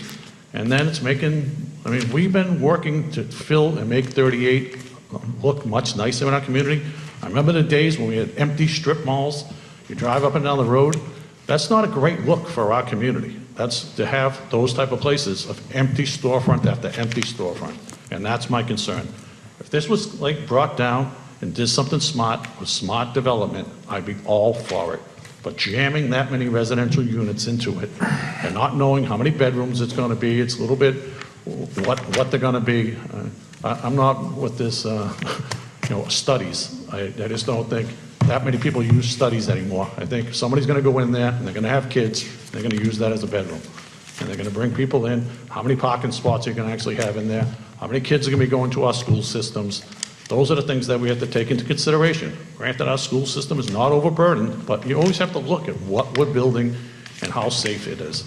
So I still think this is way too much. And one unit, I think, is not really that much of a change from where we stood last time. And the fact that they're even talking about making the buildings bigger, well, that's a concern too. That doesn't seem like they're understanding what we're trying to say. And I think the reason that we were against it is because it was just too much in there. So the footprint is staying the exact same. So if they reduce it, you know what? I'd be up here saying, you know what? That's not a bad idea. Let's bring something like, I like when people move to our community. That's great. But I don't want an empty storefront out there. And I don't want people to say, if you can't get in and out of that driveway, why would I go and rent that place? Because if you can't go to use a shop and get in and out, you know how 38 is. Nobody's going to pull in there if it's bumper to bumper traffic. It already is. Put more to it, and it's just going to be a storefront that nobody's ever going to rent because they can't get to it, and it's not worth a business putting it in there. So I just want everybody to take that into consideration. All right. Anyone else? Any questions, comments, or concerns? Seeing none, I'll bring it back to the board. Does anybody else on the board have any other comments this time? Mr. Fowler. I appreciate Mr. Fratalia bringing up the mail drop again. I want to ask someone, maybe Anna or Mr. Street or Mr. used to be a postal employee, Fratalia. Is there to you, Mr. Street, is there enough parking area in the commercial zone? So if you dedicated one on the left as you go in for postal delivery or pickup, is that out of, not rational or?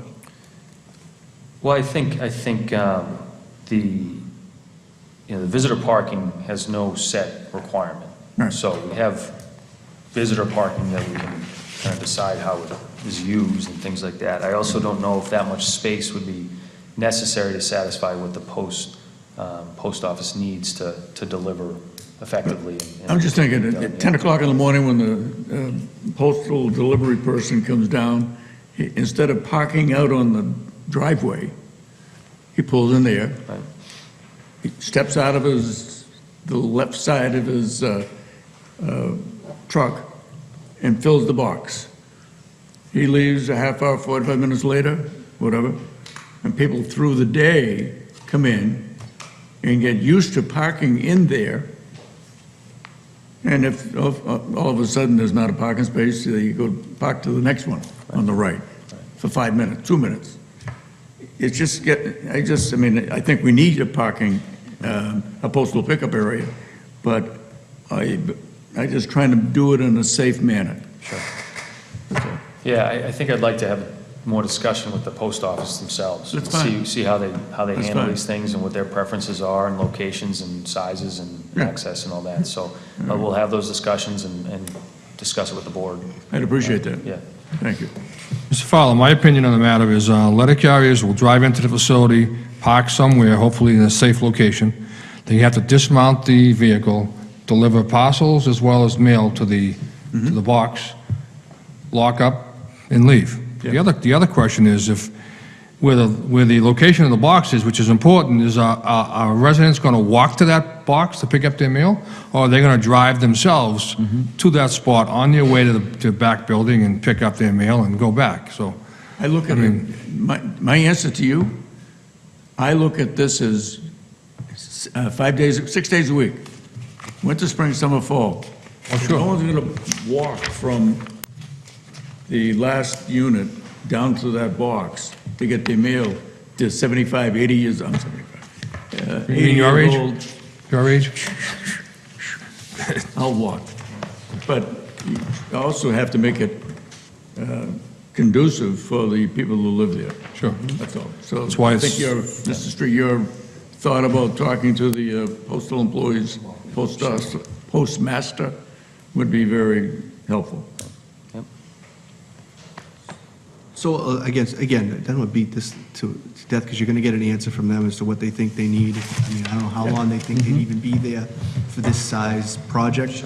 But it's the same thing I mentioned before, which is in that section where the buildings are going to now be reduced, where I was talking about whether or not that island at the very, no, the other, there you go, whether that needed to be widened or not to give them a place to do the mail. I suppose after the buildings is shrunk, whether or not there'd be room to add the space Mr. Fowler's referring to as a mail delivery, mail pickup spot only, meaning it's for the mail, for drop-off, or a resident if they were pulling in to get their mail out, but not a, a spot for permanent parking. Sure. Again, for consideration, I mean, I'm not going to beat it to death if the post office says, no, we're going to be there for 5 minutes, I don't need a parking space, then fine, that's fine too. You know what I mean? But if it turns out that we really could use a place to pull over and, not get clipped by somebody coming through, then fine. See if you can find something for that. Yeah, so. Anything else from anyone from the board? This time? No? So I think there's just a couple of things. We need to see the building reduced. I think that's the consensus across the board. See if we can find an answer to the mail drop-off. I think that would be helpful to get that in. Was there anything else? Lighting. I want to see the lighting. So, again, even if you're not exactly 100% sure, I'd like to see the kind of lights you want to use, because, like I said, something classic and, that looks nice. It's not, that it's both aesthetic and, functional. Do we have it? Yeah, the landscape, so I think that's submitted in the same manner. Obviously, any little tweaks from anything that changes will obviously have to be incorporated into that. If the footprint shrinks, obviously that makes for more space for landscaping or whatnot. To be honest with you, Mr. Chairman, is if these gentlemen have decided that they'd like to do these things, I would, instead of delaying this another 2 weeks, I would make a motion, or I would anticipate someone could make a motion that we would approve this subject to the parking. I wouldn't be opposed to it except for what we were asked to not do at our other meeting with the town council, to try to avoid doing the subject twos. Right. If we can avoid it. So now, if on the other hand, if we want to say that at this point, if those things are done that we just discussed when they come in the next time, they should anticipate that we are likely going to close the hearing and be done. When? At the next hearing. Oh. Then we can tell them that, if that's, the feeling on the board. But I think just When is because the next we were... meeting? June 24th. So, again, like, I agree with you, it's kind of what we've done, but Yeah. we can get away from it, and I think in this case, it's not it's not imperative that they're running out of time, you know. That's fine. In 2 weeks, so we're not going on a summer break quite yet. 3 weeks, whatever, but still, this month anyways. So, everybody else all set for now? Yeah, I'd like to make a motion, Mr. Chairman, that we continue this hearing until the June 24th meeting.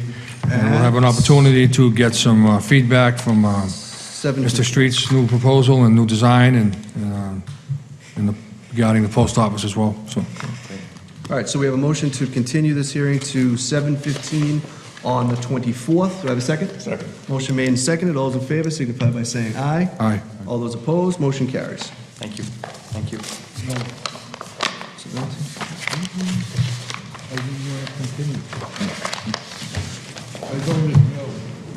On continuing it? I didn't want to continue it. No reason. Moving on to agenda item D, which is 1420 Andover Street. This is one of the ones that the applicant requested be continued. So can I have a motion to continue? Not anymore. Mr. Delaney, just because we're trying to continue 1420. 1420 Andover Street, the applicant requested to be continued to the 24th. Could I have a motion to continue this to the 24th at 7:05? So moved. Motion made and seconded. All those in favor signify by saying aye. Aye. All those opposed, motion carries. That brings us to agenda item E, which is 1037 North Street, 1547 North Street, 1553 North Street, 1563 Andover Street, and this is continued from our 5:13 meeting.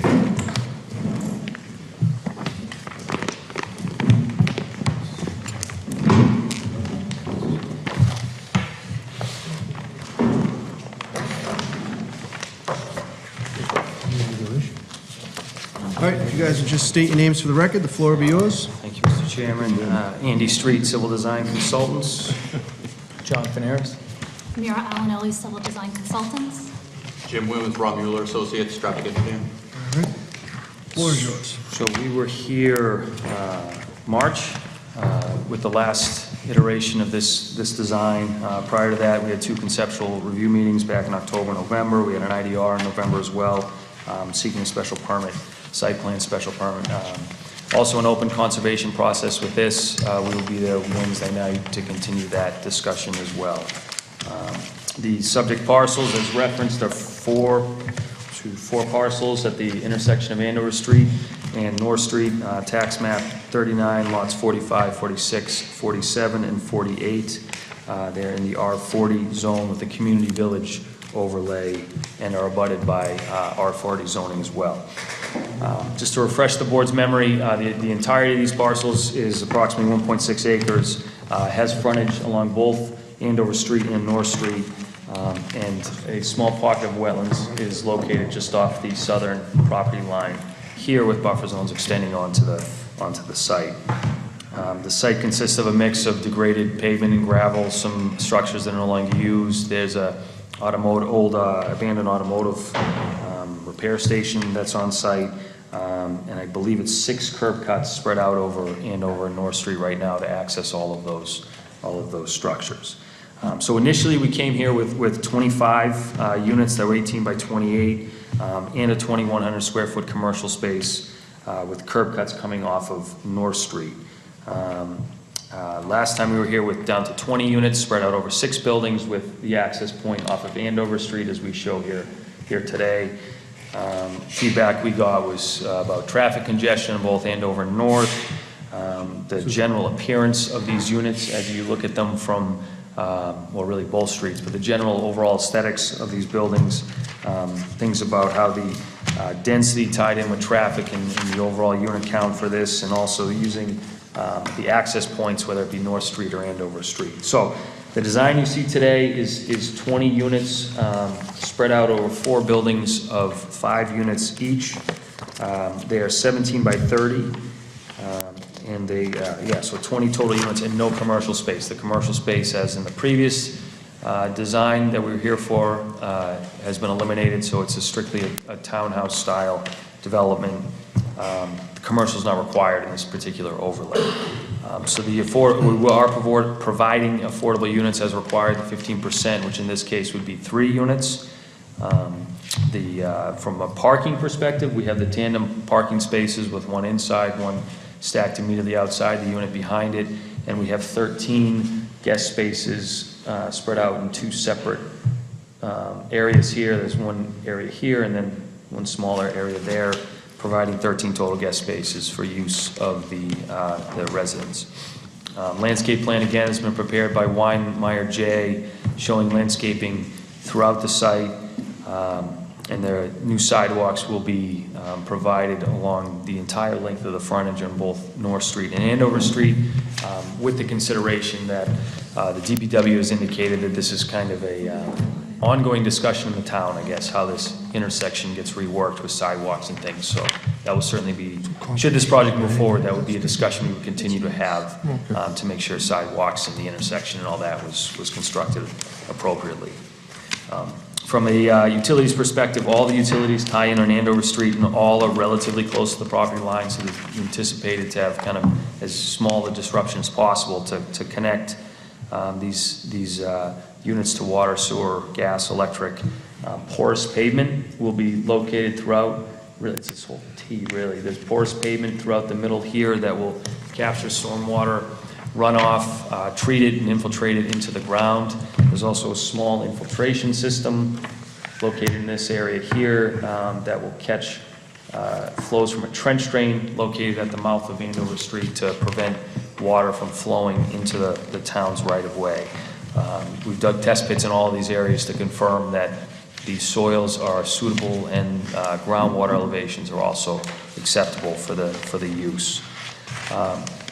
Since the last hearing, in addition to that conservation process that's ongoing, we've prepared we've made some tweaks to the layout. We came in with a number of waivers. The building height waiver, again, we're requesting 3 stories at the maximum allowable height. So we're not exceeding the height, we're only asking for relief to, instead of 2.5 stories, to have 3 stories. There's a setback waiver we're requesting to install this unit. There's a 50-foot setback because this parcel abuts a residential zone. We're requesting a waiver to install this unit within that 50-foot setback.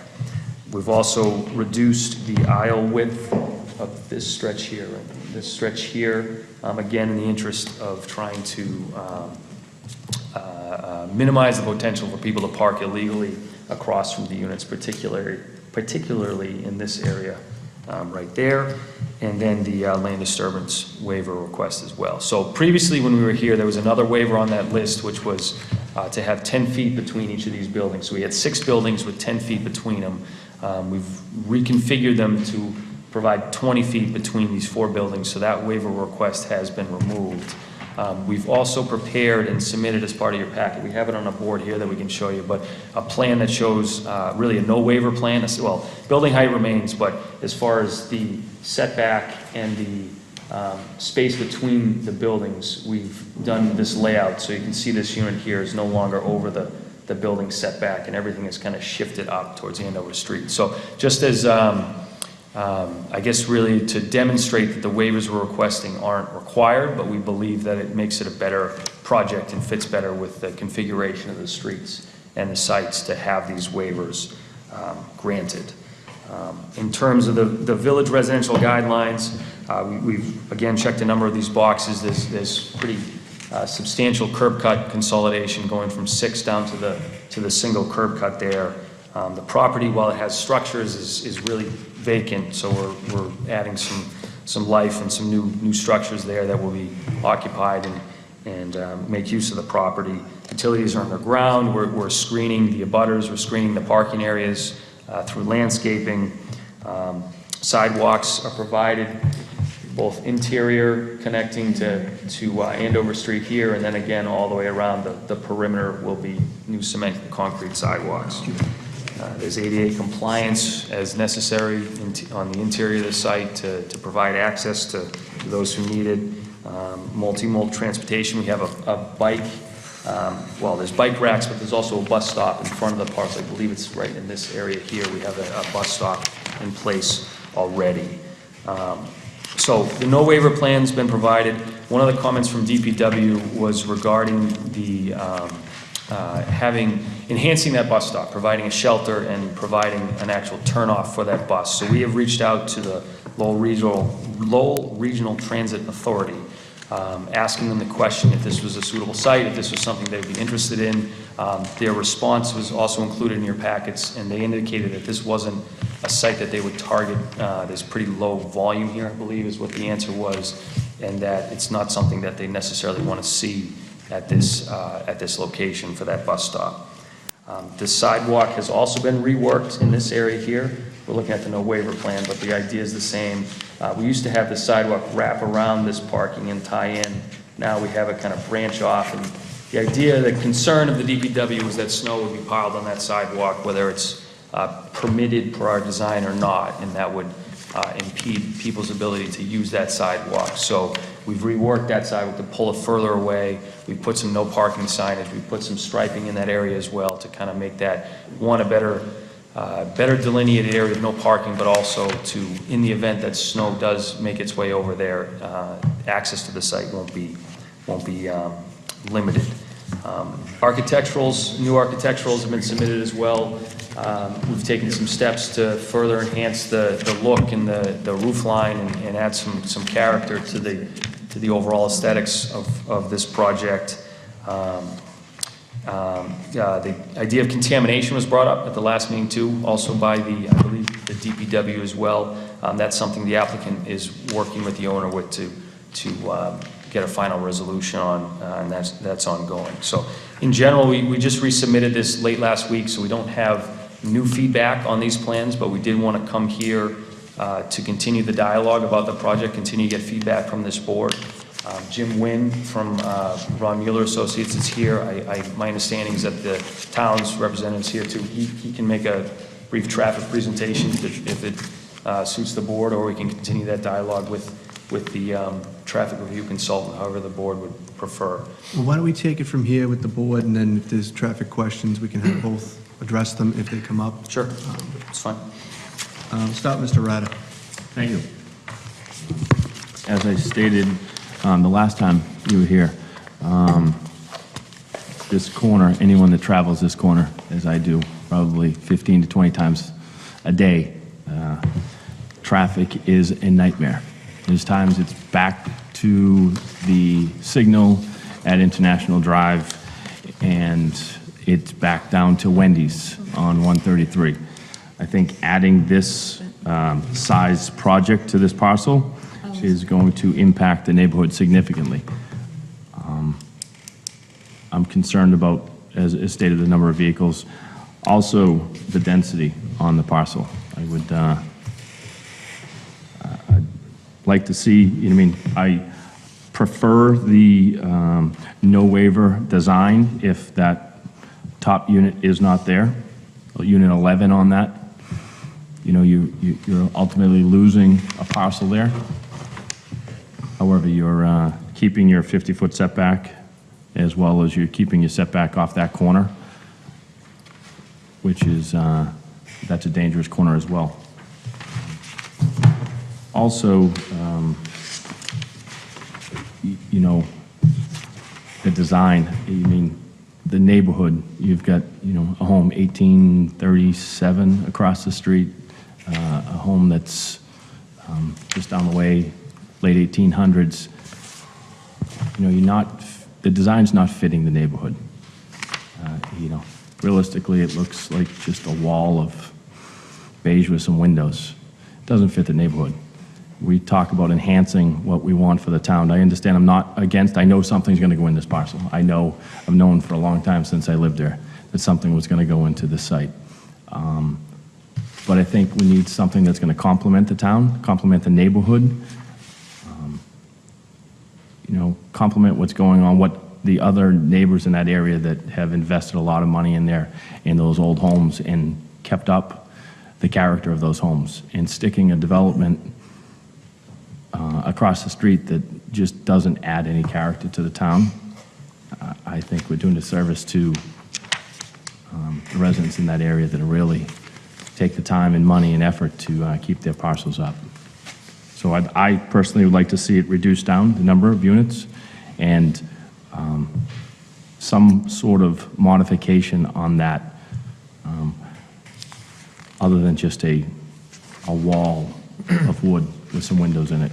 You know, whether it's some bumped out, you know, offset your units, some variation, some different types of materials on it, some stone possibly. Try to, you know, enhance the character on them to mimic what's in that neighborhood.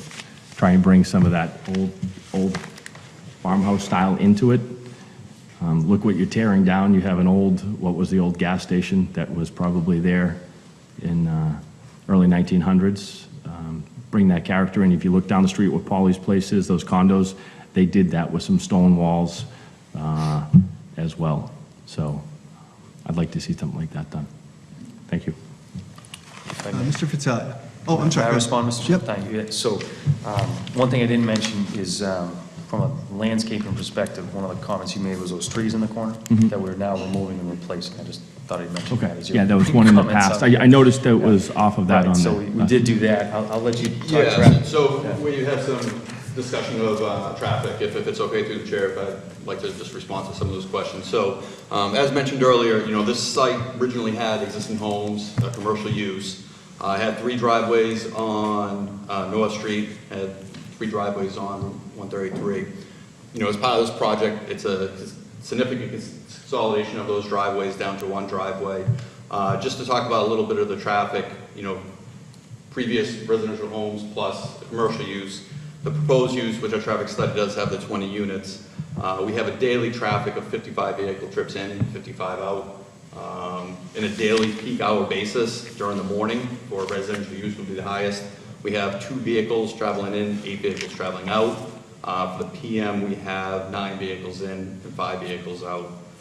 Just to kind of put this in perspective of increases of traffic on the roadways. So we looked at consensus data of where people work that live in Tewksbury. We have majority of the traffic will travel obviously to 495. The increases in traffic we found during the peak hours on Ando Street towards 495 to be 7 to 9 additional vehicles during those peak hours.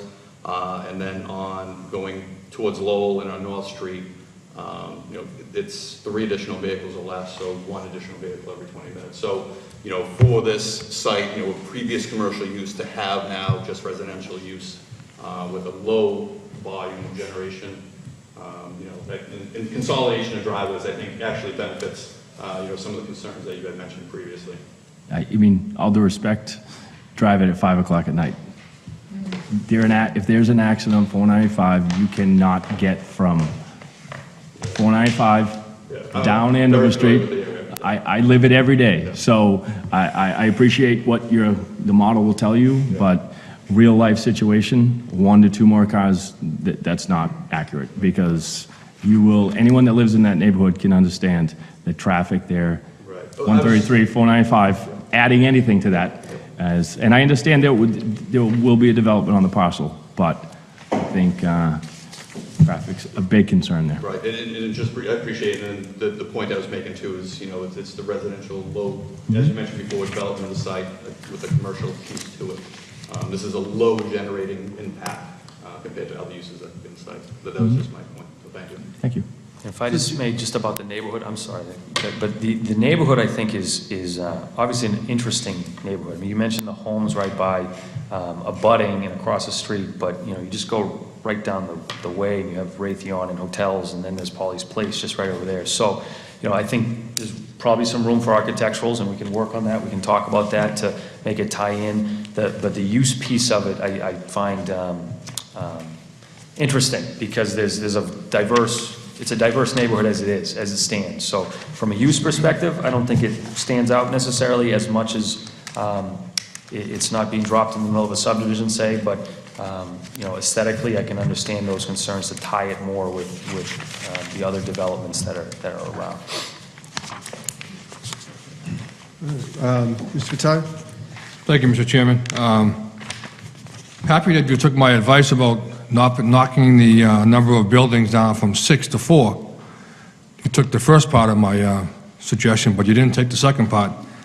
by suggesting the number of units from 20 to 18, I think I recommended last time, but, so getting away from the waivers you're looking at last time was 10 foot, now they're 20 foot and no need for that, right? Correct. How do we compensate for that 20 feet distance between the two buildings by reducing the number of buildings, right? Correct, yes. Okay, Reduce all the right, buildings, so- yep, yep.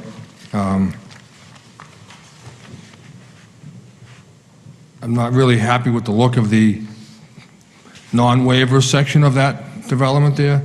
I'd rather have you reduce a unit somewhere to leave a little bit of green space there in the left-hand corner for some of the residents to utilize. That's going to be green space in the corner, right? The top corner, Correct. right? So, It's landscaped, yeah, trees, and, yeah. but minimal now that you're moving everything up, right? Yeah, well, just to clarify, the proposal in front of you is not the no waiver Right. plan. That's a supplemental piece that we provided just to show how it would work. Right, But yes, either way, there's landscaping in that top corner, Okay. yeah. All right, good.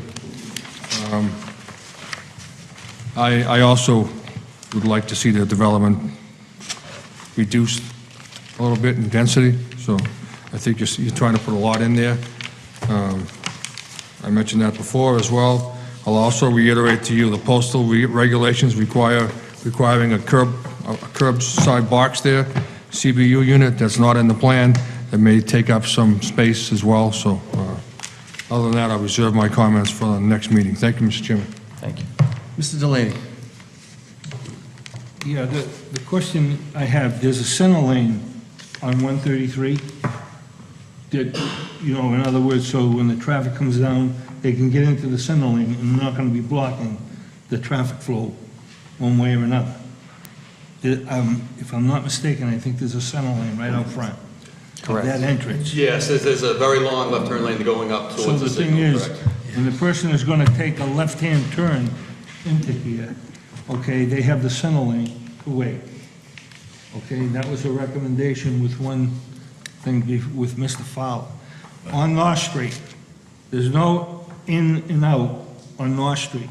So the thing is, if 2 or 3 cars that this gentleman is saying will come in and go all the way around, I don't see how 2 or 3 cars can affect the traffic that much.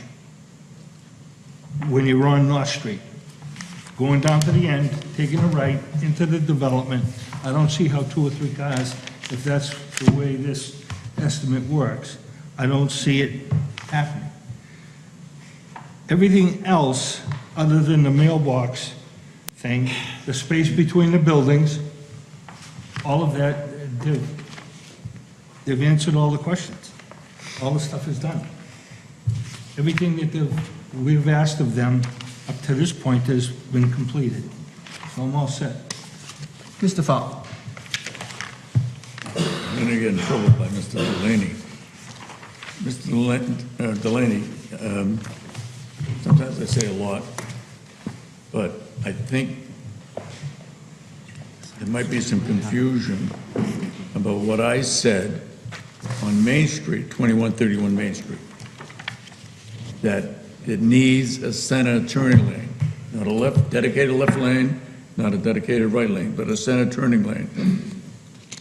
Correct? Correct. Well, you did say that about I've never said that about this site, because the one thing that makes this site work is the left turn, the dedicated left turn lane that we extended about 300 feet down towards, for the pickup, all the way down to the bank and beyond. So that makes that whole cluster, that whole triangle work because of that left-hand lane. It's been there forever. We just enhanced it. So, that's all. I That's agree all. with what you're saying. Yeah. Couple of things that have been said about the looks of this area. If you put in 100% of the landscaping that you show on the plan, this is going to be wonderful. It'll look good. It breaks it up.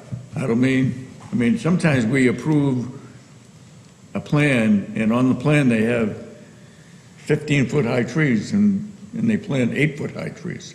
Well, that's not gonna work. So if you put on the site what you show on the plan, this will make it, it will enhance this area immensely. What could have gone here, that close? CVS, a restaurant, was alluded to the fact, Burton's Grill. What would we rather have there for this area? CVS, a restaurant, or a colonial-style building, which I'm gonna do something here too. I think we discussed before, because of the straight roof line, putting a cupola, and I don't mean over every unit, but you have 5 units here on each footprint. If you were to put a cupola over the middle one, it gives the appearance of a barn. It's always attractive, it breaks up the style, breaks up the straight roof line, and I think that would enhance the look. You can do anything more than that you want, but I think at least that, from my perspective. So, that's all I have for now. Thank you. Thank you. All right, so Mr. Fowler beat me to it because I'm confident, even though it's been a while, that I mentioned you guys having those added to the design last time, because they have to be on there. I would actually argue for more than the one. We did it with the daycare building, that whole set down there. We've done it on almost everything at this point, so, maybe it's in the notes someplace and, it would have found its way there, but I think breaking up the roof line is important. As a matter of fact, the hotel, if it ever happens, has them on there as well, which would be one of your next door neighbors. So, we're being pretty consistent with this, so the next time renderings come in, they really should be there, because it's been referenced enough times at this point that they're gonna have to be on there. It just, the way it breaks up the building, it makes it look completely different to my eye, I think, in terms of trying to help it to fit in, as well as just the way you look at it just is different when you have those sort of decorative pieces. I mean, they don't count in the height, it's because they're decorative, so, it doesn't bother your height requirements, but I think it does a lot to how it looks from people going by. Again, as Mr. Fowler pointed out, if you put in the landscaping as you put forward, from the low section, that's going to take care of a lot of the breaking up of the building. I'm not saying not to consider Mr. Ryder's comments about, different architectural things to help with the look, but obviously the landscaping helps, but remember too, depending on what the landscaping is it year-round? Is it the kind that's seasonal, which means that during half of the year, here in, to 8 months at this point of the year, those things aren't going to be able to block everything. So it's important that, again, 38, 133, these are major roads in town. People travel them, what they see, what they drive by, matters to us.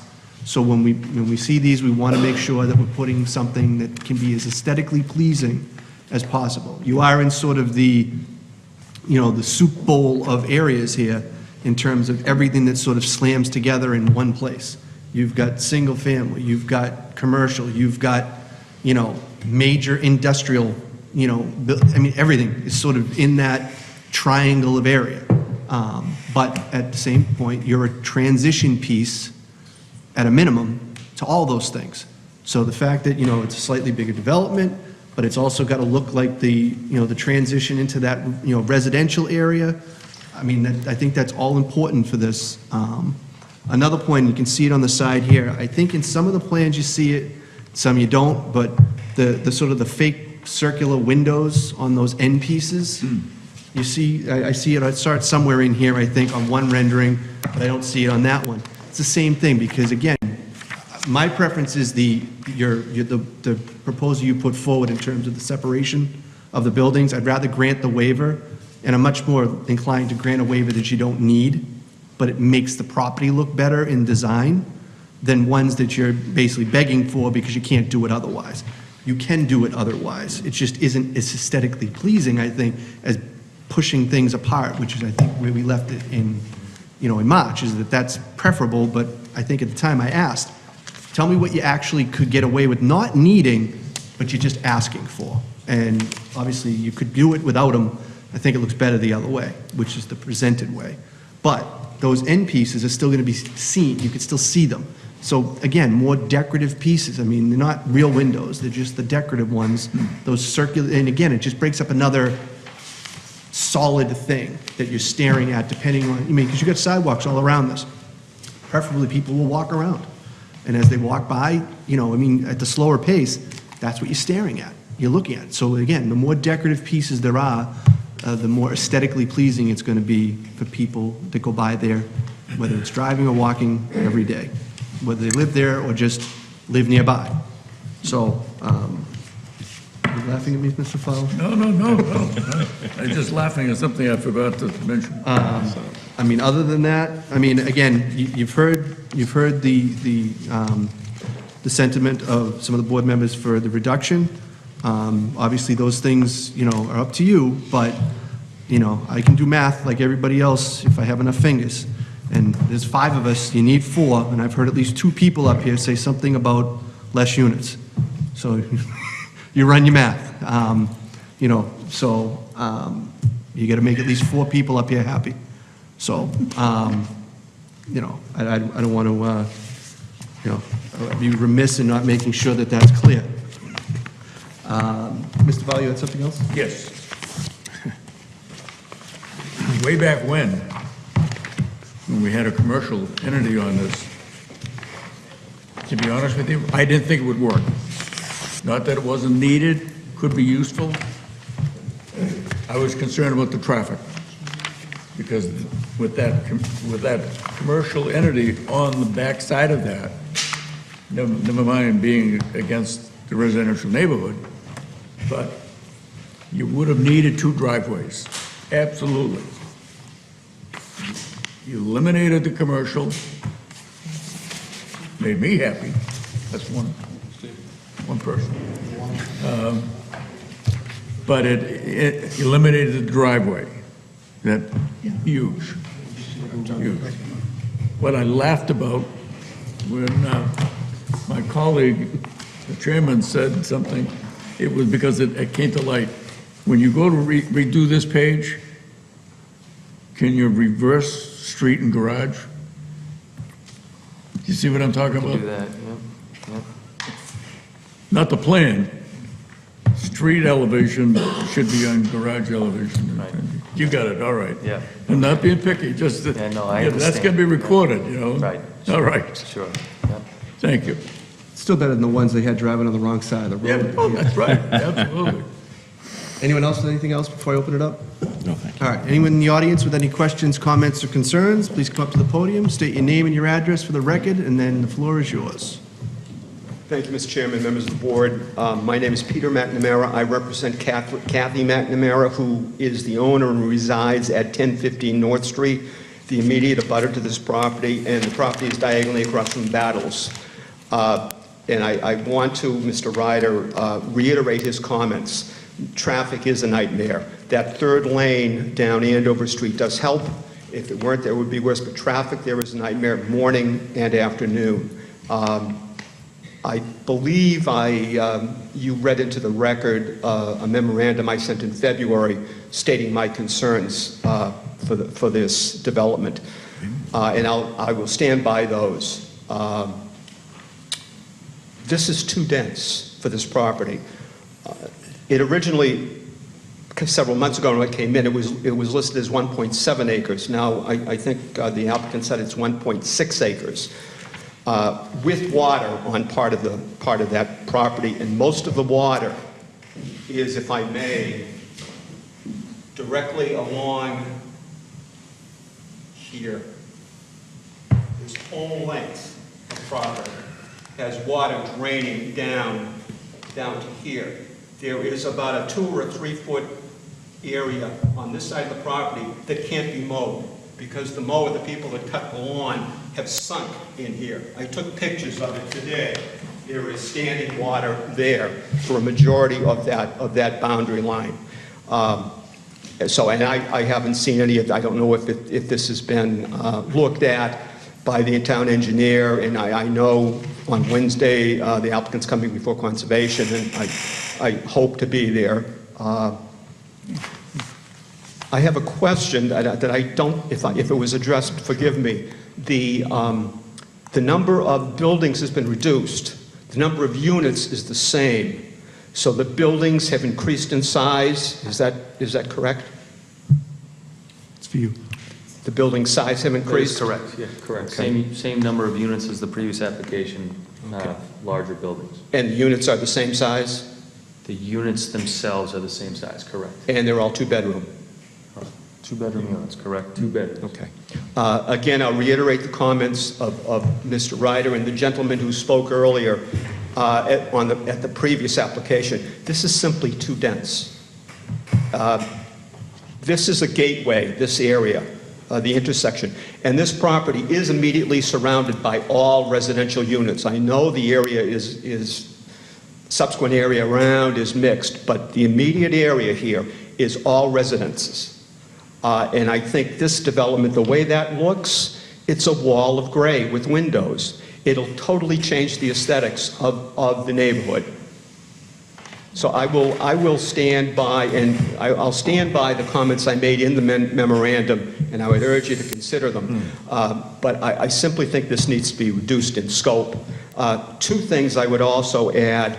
The buffering to 1015 North Street needs to be substantial, because from what I understand, if the entrance to the proposal has not changed, all the headlights that are coming into the property are going to be facing the kitchen and a master bedroom at 1015 North Street. They're going to be shining right in when they come into the property. So I would ask you to make sure that there's sufficient buffering on that boundary. The other thing is snow storage. I think snow storage was originally proposed at the far end. I don't know if the snow storage has changed, or is that the same? Right. There's two areas, here and here. Okay, well, this area here is where all this water is draining. Now, if we have a substantial winter with snow, this is just going to exacerbate the flooding of 1015 North Street. Unless there are engineering changes made. So I know it's getting late, and I'll keep my comments brief, but I am opposed as presently constituted. It's too dense, it needs to be reduced, the aesthetics need to be worked on as the applicant and as Mr. Ryder stated. Thank you. Thank you. Anyone else with any other questions or comments?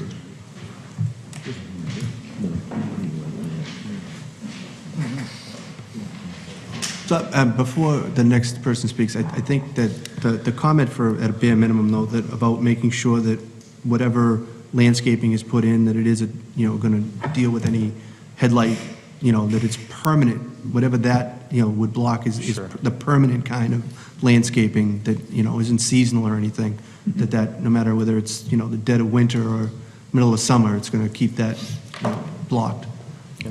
Sorry. Mark Kratman, 8 Sunset Road, Tewksbury. I agree with everything that some of the speakers have said. There's too much going in here.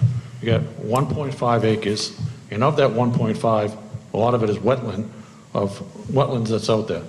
You got houses along there, beautiful homes that people made an investment in this community. They grew up in this neighborhood, they've been living there for years, and then we're going to turn around and put something like this up there. Right? Luckily, I drive up and down 128, and I've been seeing a lot of these cookie cutter kind of buildings going up. And when I look at them, I'm like, oh my God, they look horrible as you're driving. That's on 128. I would like to have $1 million home sitting across from this, and then have this thing going in. There's been a lot of development that's been put in that area. Look at Fraser Lane, beautiful development. They knew what they were doing. They built a stone wall out there, copper siding, made it look nice, beautiful buildings, made an investment And so that the residents that live in that area, it was an upgrade, and it was an improvement to the community. This thing looks horrible. I mean, granted, landscaping is nice, but we live in New England. You know what it's like in January, February, March. Now it goes pretty much goes to April. The leaves aren't on the trees. They look dead out there, and you're gonna be looking at this blank wall of buildings.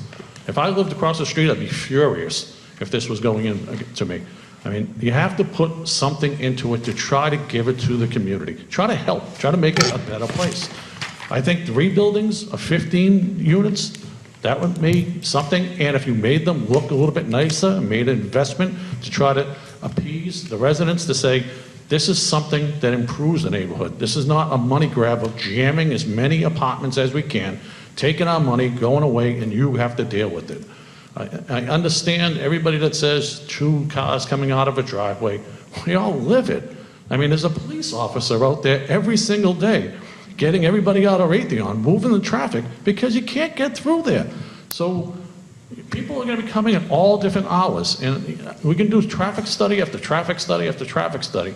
But the reality is, adding more is creating a nightmare. They did that extra travel lane to try to fix some of the problems, and when we try to fix some of the problems, what do? We jam more things in there, and that takes away the thing that we fixed. So those are the type of things that need to be, there has to be some mitigation, there has to be something that's coming to the community.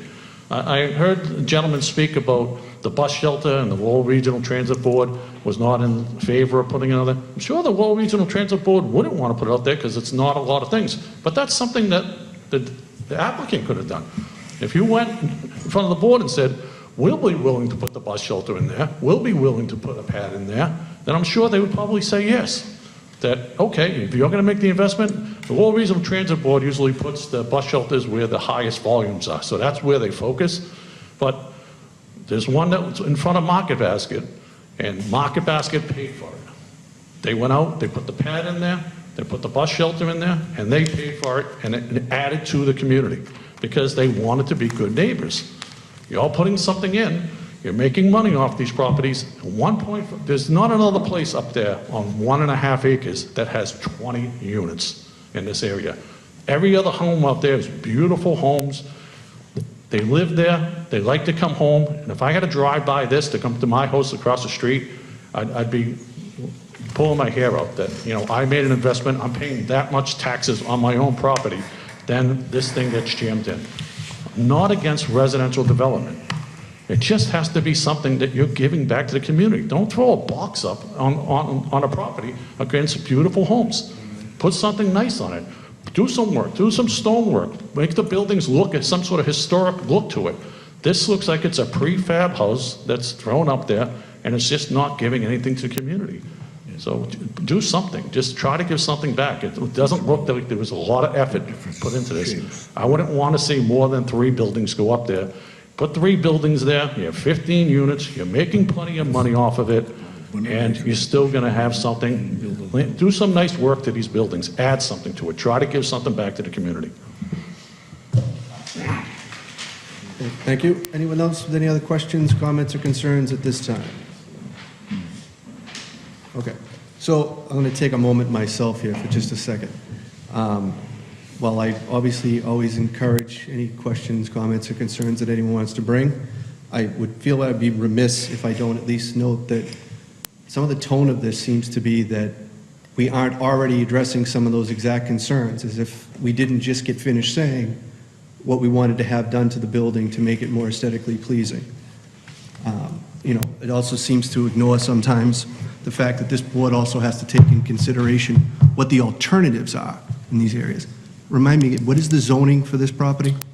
This is a residential zone. Residential zoning with the, I'm sorry, community village overlay. No, I mean, the things that are there right now, what was there that's being... Single-family homes and an automotive repair shop. An automotive repair shop. Service station. Okay. And as Mr. Fowler pointed out, the possibility of restaurants, a CVS, again, those things get ignored sometimes during the comments, even though, you know, whether the board does or doesn't mention them sometimes, that there are alternative things that people would like a lot less than what's presented to the board sometimes. That is a concern that the board has to take into consideration when we're looking at these projects. The traffic, we have our traffic guy here, and I know yours here, but do you have a comparison between the traffic generated by what's there now, not the actual, but what those properties as used now generate versus what this one would, what the actual difference number is? I don't have the exact numbers, but. I mean, we had houses and a repair shop. Correct. It generated something. Right. I don't know what the numbers are, but I'd be curious to know Yeah, what the we'd have to difference. Look at the IT. So for the next time, if you could just run the numbers, because again, if we're talking about, 50-car difference, then obviously, yeah, but what is that number? I don't know what it is, but those things generated X on North Street and 133. Now what's replacing it in this proposal is putting what it's putting on 133. Having that comparison would probably be helpful, because we're not going from 0 to something. We're going from something to something. So I think that would be helpful to know. And if it's okay if I could just add too, one of the things that was mentioned too with the bus route right there, with the residential use, the benefit of that, that has a lot of connections, including a regional transit facility. So, when you're looking at those types of uses too, that this definitely, that residential use benefits from that bus route that is right. Actually, that was the other thing I was looking for clarification. So, just for clarification, because it was just asked, is when you presented it to the Lowell Transit, but when we left it, I thought the understanding was that you were presenting it because you would basically design it to allow for a bus stop there if they wanted one. Is that correct? Or did you just throw it out to them, do you want a bus stop here? Go ahead and build one if you want to. Yeah, so there is the bus stop, technically. Honestly, I'd have to look at the wording we used in the email that we sent to them. I'm not quite sure how we phrased it as I sit here today. That was weeks ago at this point. So we can look at that. I mean, if that's something worth. Well, I think it's a fair, but I think it's a fair question Right. as to the difference between, did Lowell say, well, no, we don't want to do that because we don't want to put that in? Or was it offered that if they would like one there, you would do that as part of the project? Because I think that is a difference, because, Lowell Transit may not see it as a reasonable expense from their point of view. Right. Not that it wouldn't be needed if you were going to do it. So I think that's a fair question. I'd like to hear clarification as to which it is, because if they would take it, if you do it, then we might be back to asking whether or not you will do it. Yeah, we can look at that. I mean, the response was, it's not a preferred location. And that's fine. Like I said, if that's the answer and they're saying it because they don't really want to do that there, that's fine.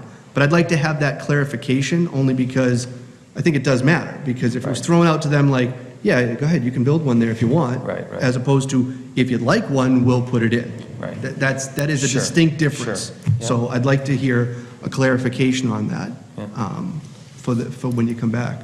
Okay. Anyone else? Mr. Fowler? One more thought. Number one, I love I like the idea of he has the town on his tablet. And when we have these conversations, sometimes, you try to visualize what does it look like up there? If you drive down Andover Street, go by Deering Drive, the corner house, then the next house was actually part of this parcel I'm going to discuss. I think Mr. Phelan, and I'm not positive of that, Mr. Phelan built some condominiums on the rest of that property. And when you drive by, well, number one, you almost can't see it, because they did what we requested because of being on Andover Street. Tall evergreens. And they grow 12, they green 12 months of the year. So that works.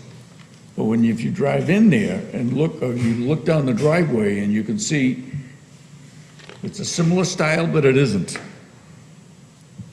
They look like a two-story building, and then some others look different than that. So, and I'm not saying to mimic that, but if they can do it and not have a row house, as has been decided here, or talked about here, then you can too. That's all. Thank you. Anyone else? All right. We do have our traffic person here, so I figured since they're in the room, we'll have them come up, and if they have anything to add, they can do so. Again, just, I want to waste, you've come in, if you have anything to add to what's been discussed. Do any of the board members have any questions they want to ask specifically? I don't have anything specific. I mean, obviously, unfortunately, the numbers are not going to show actual conditions. I mean, on a daily basis, there's traffic there Monday through Friday.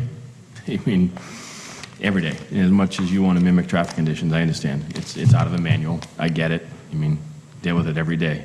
But real-life conditions are what happened out there, not what's out of a manual or what's happening. If you put tubes out there, you'll realize what you actually have for traffic out there.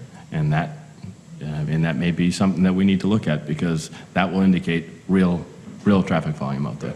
So if I may, we do have, in our traffic study, we have daily counts as well. How long, do you know what that was done for? 48 hours.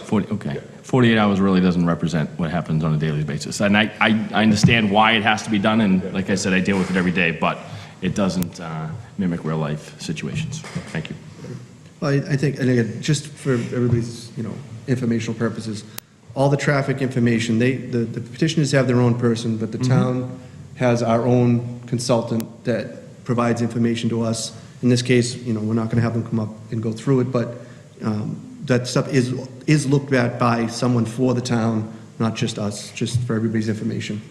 I think to Mr. Ryder's point, though, I think it is important. Obviously, everyone on this board lives here, so everybody here knows the reality of whatever area we happen to be talking about. Some know it better. In this case, Mr. Ryder, who's in that area. Sometimes it's somebody else on here that lives a little closer than what we're ever talking about. So I think that information is important to weave into the traffic information when we get it, because reality and numbers are not always 100% meshed. So, we do have to consider that. And I think that is in part of the consideration when some of the board members have mentioned the density. So take that for what you will, but I think it's all folded into the same thing. So, anybody else with anything else right now? No. All right, with that, what is the pleasure of the board at this time? Mr. Chairman, I would solicit this to Mr. Street. How much time do you need to come back with some of the things we've discussed? The next meeting's 3 weeks. I think I prefer continuation to that meeting. Yeah. I think, to Mr. Fowler, I think he was just asking, do you need more time than that? Sure. No, I think we shoot for that, yeah. Because I don't think we would do it. Okay. I'm just giving you the option, Yeah, that's no, all. I appreciate that. The 24th? The one after that? Will be July 8th. Remember, you're in July. Okay. All right, so with that, do I have a motion to continue this to 7:20 on 6/24? Do we have a motion? So moved. I have a motion and a second. All those in favor signify by saying aye. Aye. All those opposed, motion carries. Thank you. All right, see you guys on the 24th. That brings us to agenda item F, which is 91 Northgate Road. The petitioner has requested that this be continued to the 24th as well. Did we have this filled in already? Yeah. I don't want to. All right, so can I have a motion to continue 91 Northgate Road to 7:10 on 6/24? I'll make a motion, Mr. Chairman, that we continue at 91 Northgate Road to, what time, 7:10. 7:10 on the 24th of June. All right, do I have a second? Second. Motion made and second. All those in favor signify by saying aye. Aye. All those opposed, motion carries. Yeah, I'm just going to roll, and then we'll hold a second. That brings us to agenda item G, which is 1795 Main Street. Signed special permit continued. I'll let you come up, but I'm going to hold you for just 1 second while we wait for our other member to come back, but you feel free to get settled.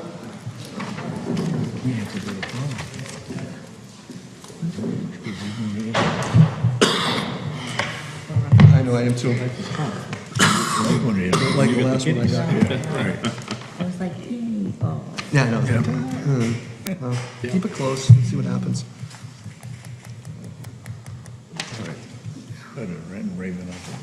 You know what, we're going to let this start. Mr. Delaney can come back in, so.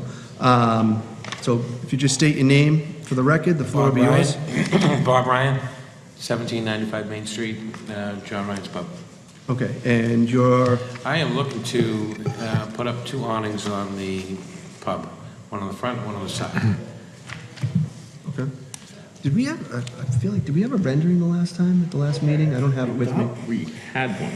I thought there was. Yeah, it was in the packet, but then it got Wasn't it in the continued. packet, and then it got Yeah. continued? I don't have that with me, but Yeah, can I just see it for a second? Sorry. I remember seeing it. I did the same thing, and I completely forgot to bring it.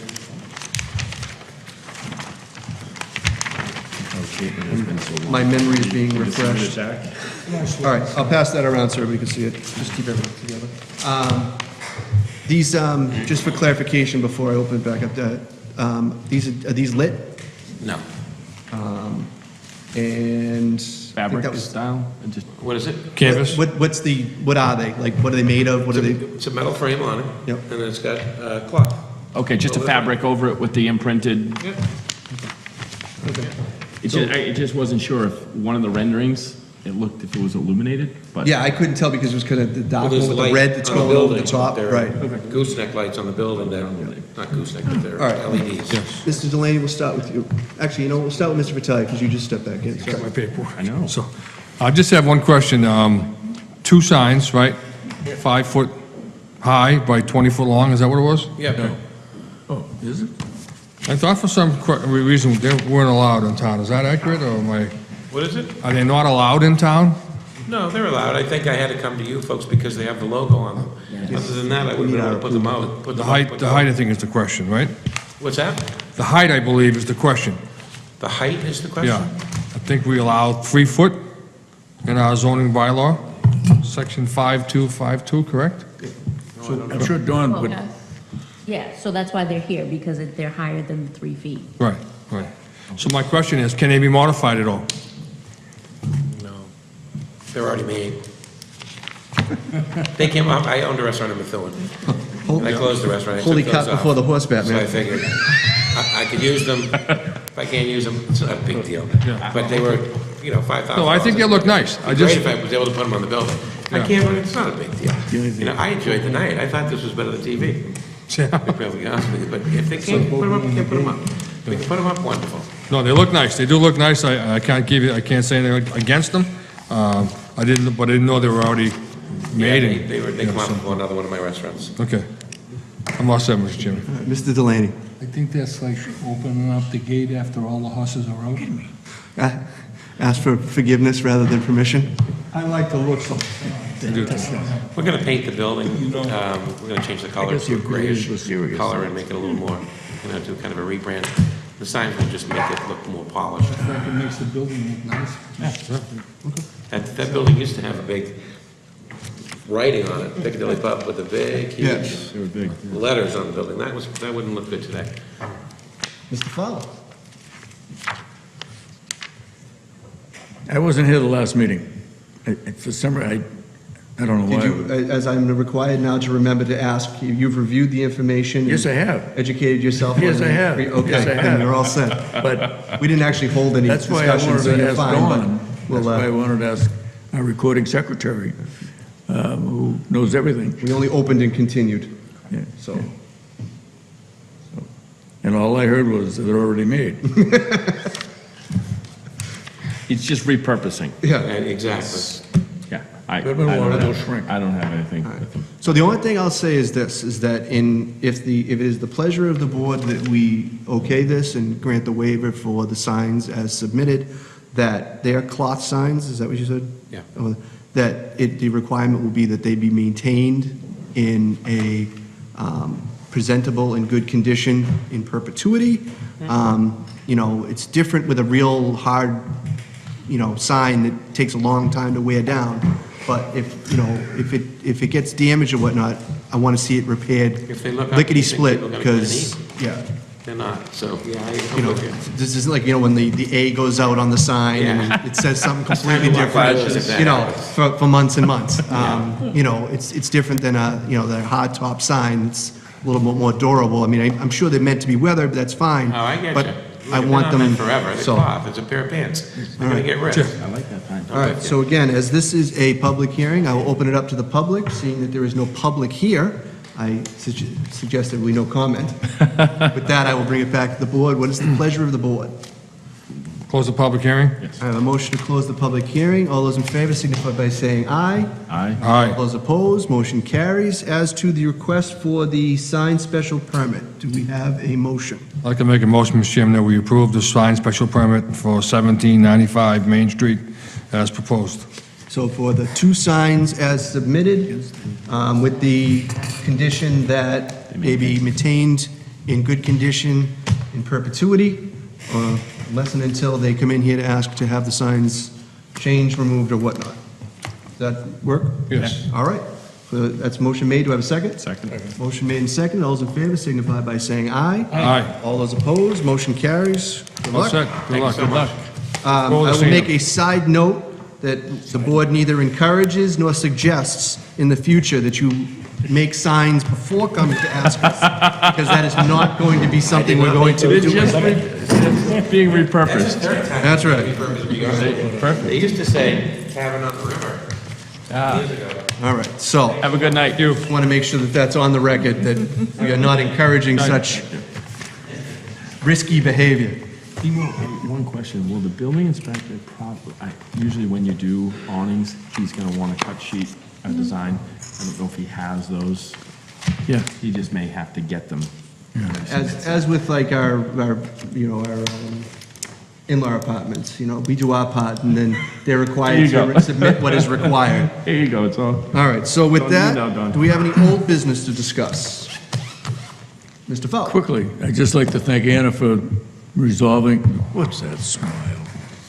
Resolving, you got them listening, the people at, whatever number, Main Street. 470. Thank you. I thank you. Yep, and Mr. Chairman, Mr. Fowler, I did reach out to Burger King on Main Street. Yeah. And they didn't respond. They did receive, the letter went to Texas, was their main address, so it was received I believe it was last, it was either Monday or Tuesday, so there may have been a delay in the response due to that for attending this meeting. All right. Well, I mean, as we've said before, we're not going to let this run forever. No.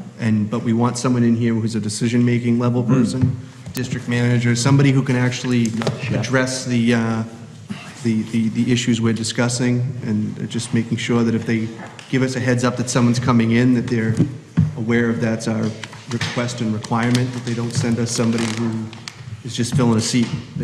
Nothing against whoever that is, but that's not really going to resolve our issues. Any other old business? We want the gold plate. Yes. Exactly. That's what we want.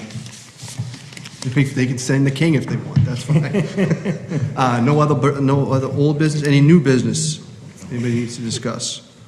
All right. Will this correspondence be new business, Mr. Chairman, that I No, we'll suggest? take correspondence separate, but the only thing on the new business, not so much, I don't even know if it is new business, but just noting that we have that joint meeting with the Board of Selectmen on the 13th, for those who are able to attend. I don't know how that worked out for everybody, but this board and the Board of Selectmen will meet on June 13th at 7 PM to discuss the zoning bylaw rewrite. So that's really just informational. Mr. Chairman, was it 7 or 6:30? The one I saw earlier was 7. I thought it was 7 PM.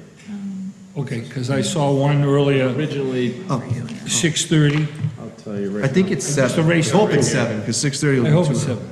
So, Hold on, I'll but tell you. regardless, that's the date. We can confirm the time. It'll show up somewhere on, 7 PM, the Yeah, 13th thank at you. 7 PM. on the website, so. That's it for new business. Any correspondence? We'll do it next. Anything in correspondence? I believe we received something from town council. I asked about this.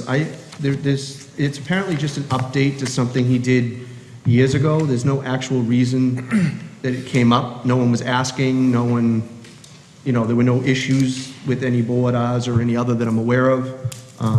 I was curious as to why that was submitted, but there's no actual, it's just an update apparently to something he had issued years ago for some reason. I don't know, I'm not even sure what exactly it's You talking talking about. about this? No, the thing from Charles that's in here, Oh, where he's just updating something about boards, delegating their responsibility. I don't even know what the context would be. I don't know. I mean, I have no idea. I'm not sure, but that's, you know, the town council submitted it. We have given it all due consideration, and that's it for that. Town planners report. Motion to adjourn. Actually, I wanted to speak about this correspondence project that I put together. Operation Identify, something I put together.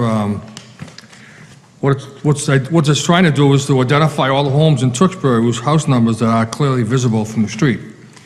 Notifying homeowners of the issue and attempting to persuade them if the house numbers cannot be seen, then it could negatively impact first responding to an emergency to residents. So it could also address issues regarding the post office, UPS, FedEx, or Amazon. So this project would involve the Tewksbury Post Office, Tewksbury Fire Department, the Police Department, town staff, elected officials, hopefully endorsing the project. So what I've done is spoken to all those departments on my own. The Fire Department, I spoke to Mr. Joe Kearns, the Police Department, Officer Jenny Welch, spoke to Mr. Sadrick from the town, and the postmaster in Tewksbury about possibly endorsing this project. So they've all kind of said yes. We're having a meeting in about a week or so to go over all the details. Again, the post office is on board with this. They will be doing most of the work, identifying homes that don't have addresses on their mailbox or at their house, and trying to get owners to put their numbers on their mailbox or their house.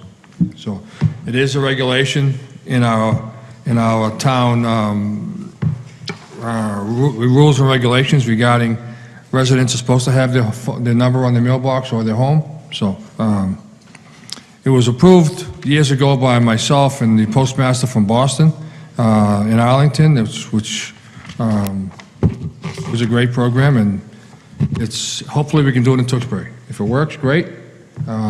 Just looking for your feedback or your ideas on this proposal. Again, there's going to be a meeting coming up with all the parties involved to sign on as endorsing the project. So, but no cost to anybody, no issues as far as not looking to identify anybody and have any first offense or any fines involved, just as a common courtesy to residents who don't realize that their numbers aren't visible from the street. And just in my walkings, which I do walk around the town, you know, people don't have numbers on mailboxes. If you go and look, you don't. You know, and God forbid, in the event you have an emergency where time is of the essence and the first responders can't get there or bypass your house for some reason, then you know, just a common remembrance to people, telling them that they should have their house number on their property, I think would be a little bit, nothing crazy, but something I don't have a problem organizing and running. So, Mr. Delaney? The thing is, all new houses, talking about new, and up to what, the last 15 years? 30. You can't get an occupancy permit in your house if you don't have a number. Right. So you're going to have to go after people that have lived here a whole lot longer. Well, the only thing I would say is that, and I'll admit to this, and I will say that I will deal with this, but my 2 on my 20, pretty worn off. You might think I live at 0 someplace. So I will commit at this time to getting a new 20 down at Home Depot so I can put it on my mailbox. So I think over time, while you may have had a number that was visible, it may have become less so over time. I guess that would be along those lines. I mean, my 20 doesn't look like a 20 anymore. I really do have to replace it, but but that's, you know, I think maybe those that, you know, harder to see over time. My question is, are we just enhancing the bylaw that's already there?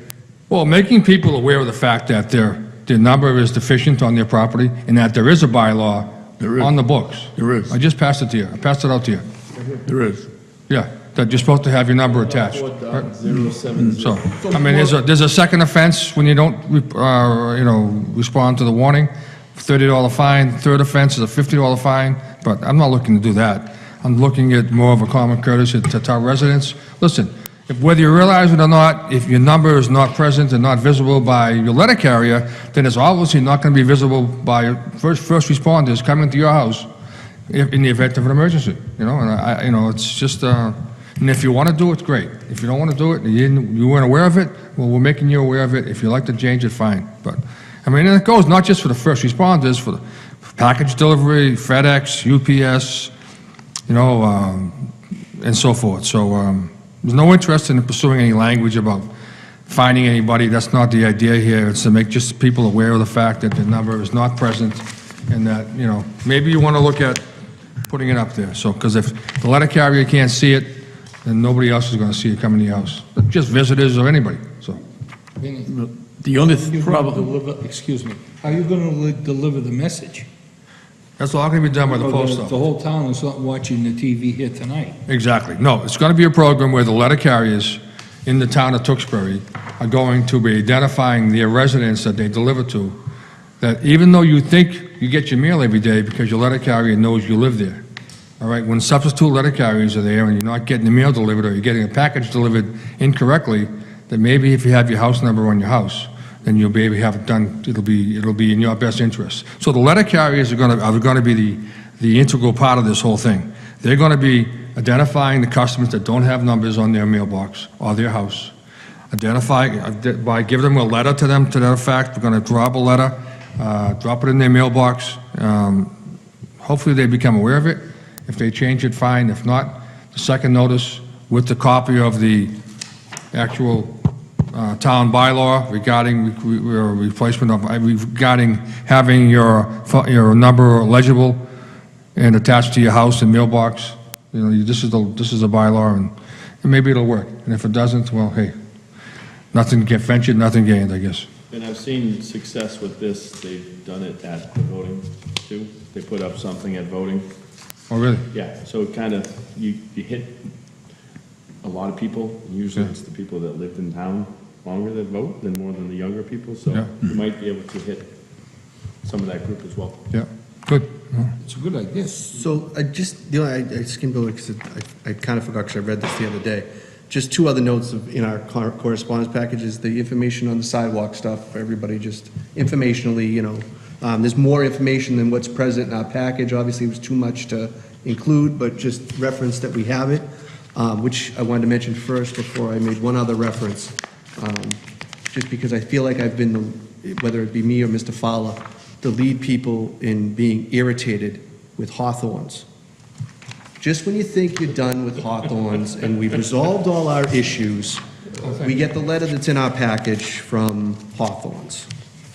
I'm not going to get into it. I'm not going to bemoan the point. I feel like it's completely unnecessary and, like I said, irritating that when we thought we had solved all our issues with them, they want to throw one last, you know, letter in about the landscaping and whatnot. You know, I don't know, maybe it's a CYA letter for them, that's fine. I don't really care for it. You know, after going round and round and round the bend. I don't know if this was an attempt to cover the fact that, as pointed out numerous times by this board, their landscape architect came up with exactly 0 suggestions despite our requests. Our landscape architect came up with suggestions that fast. So I don't know if this letter is in some way referencing the fact that they were completely incapable of addressing the issue that we brought to them for years, basically, and we were able to address it, unfortunately, by spending money in about 2 seconds. But for whatever reason, they felt compelled to send in one more letter about their landscaping to this board, which is in that pile. So. I agree with everything you said. Thank you, Mr. Fowler. I knew you would appreciate my thoughts on this subject as we've lived it the longest. Chairman, I'd be looking for an endorsement of this project that I presented. I'm sorry, sorry, just what you do, go ahead, and then we'll do that. Yeah, just backing up one point about Mr. Fratelli's project. Very good. Thank you. I'm happy. It is, but we have to make sure that we're not interfering with the written bylaw. that was voted in this town, okay? Because some of the things that you alluded to would go against the bylaw. Like, just, Okay, so just, when you talk about, have the bylaw in front of you, okay? and you said a couple of times you didn't want to have any offenses, no fines. It's already written in fact. Yeah. So if we want to change something, it's got to be a vote of the board. And I don't know if there was a town meeting vote that approved this, It's a general bylaw. general bylaw. Well, I think if again, if I'm not speaking out of turn, I think the idea of this, though, is this is the courtesy call sort of notification, because the entity that's giving out this notification isn't an entity. I understand that. Could file fines anyways. Right. It'd be like going up to somebody's business and saying they're in violation of sign issues. Yeah. There's obviously a fine and penalty system built into that, but the building inspector is the one who's gonna have to come and tell you that. This is more of awareness. Yeah, I think so. So it's a community awareness issue that I thought, it worked, and As a community service issue and as a courtesy to the residents, I would make a motion to endorse the program for its stated purposes. Absolutely. Is there a second? Sure.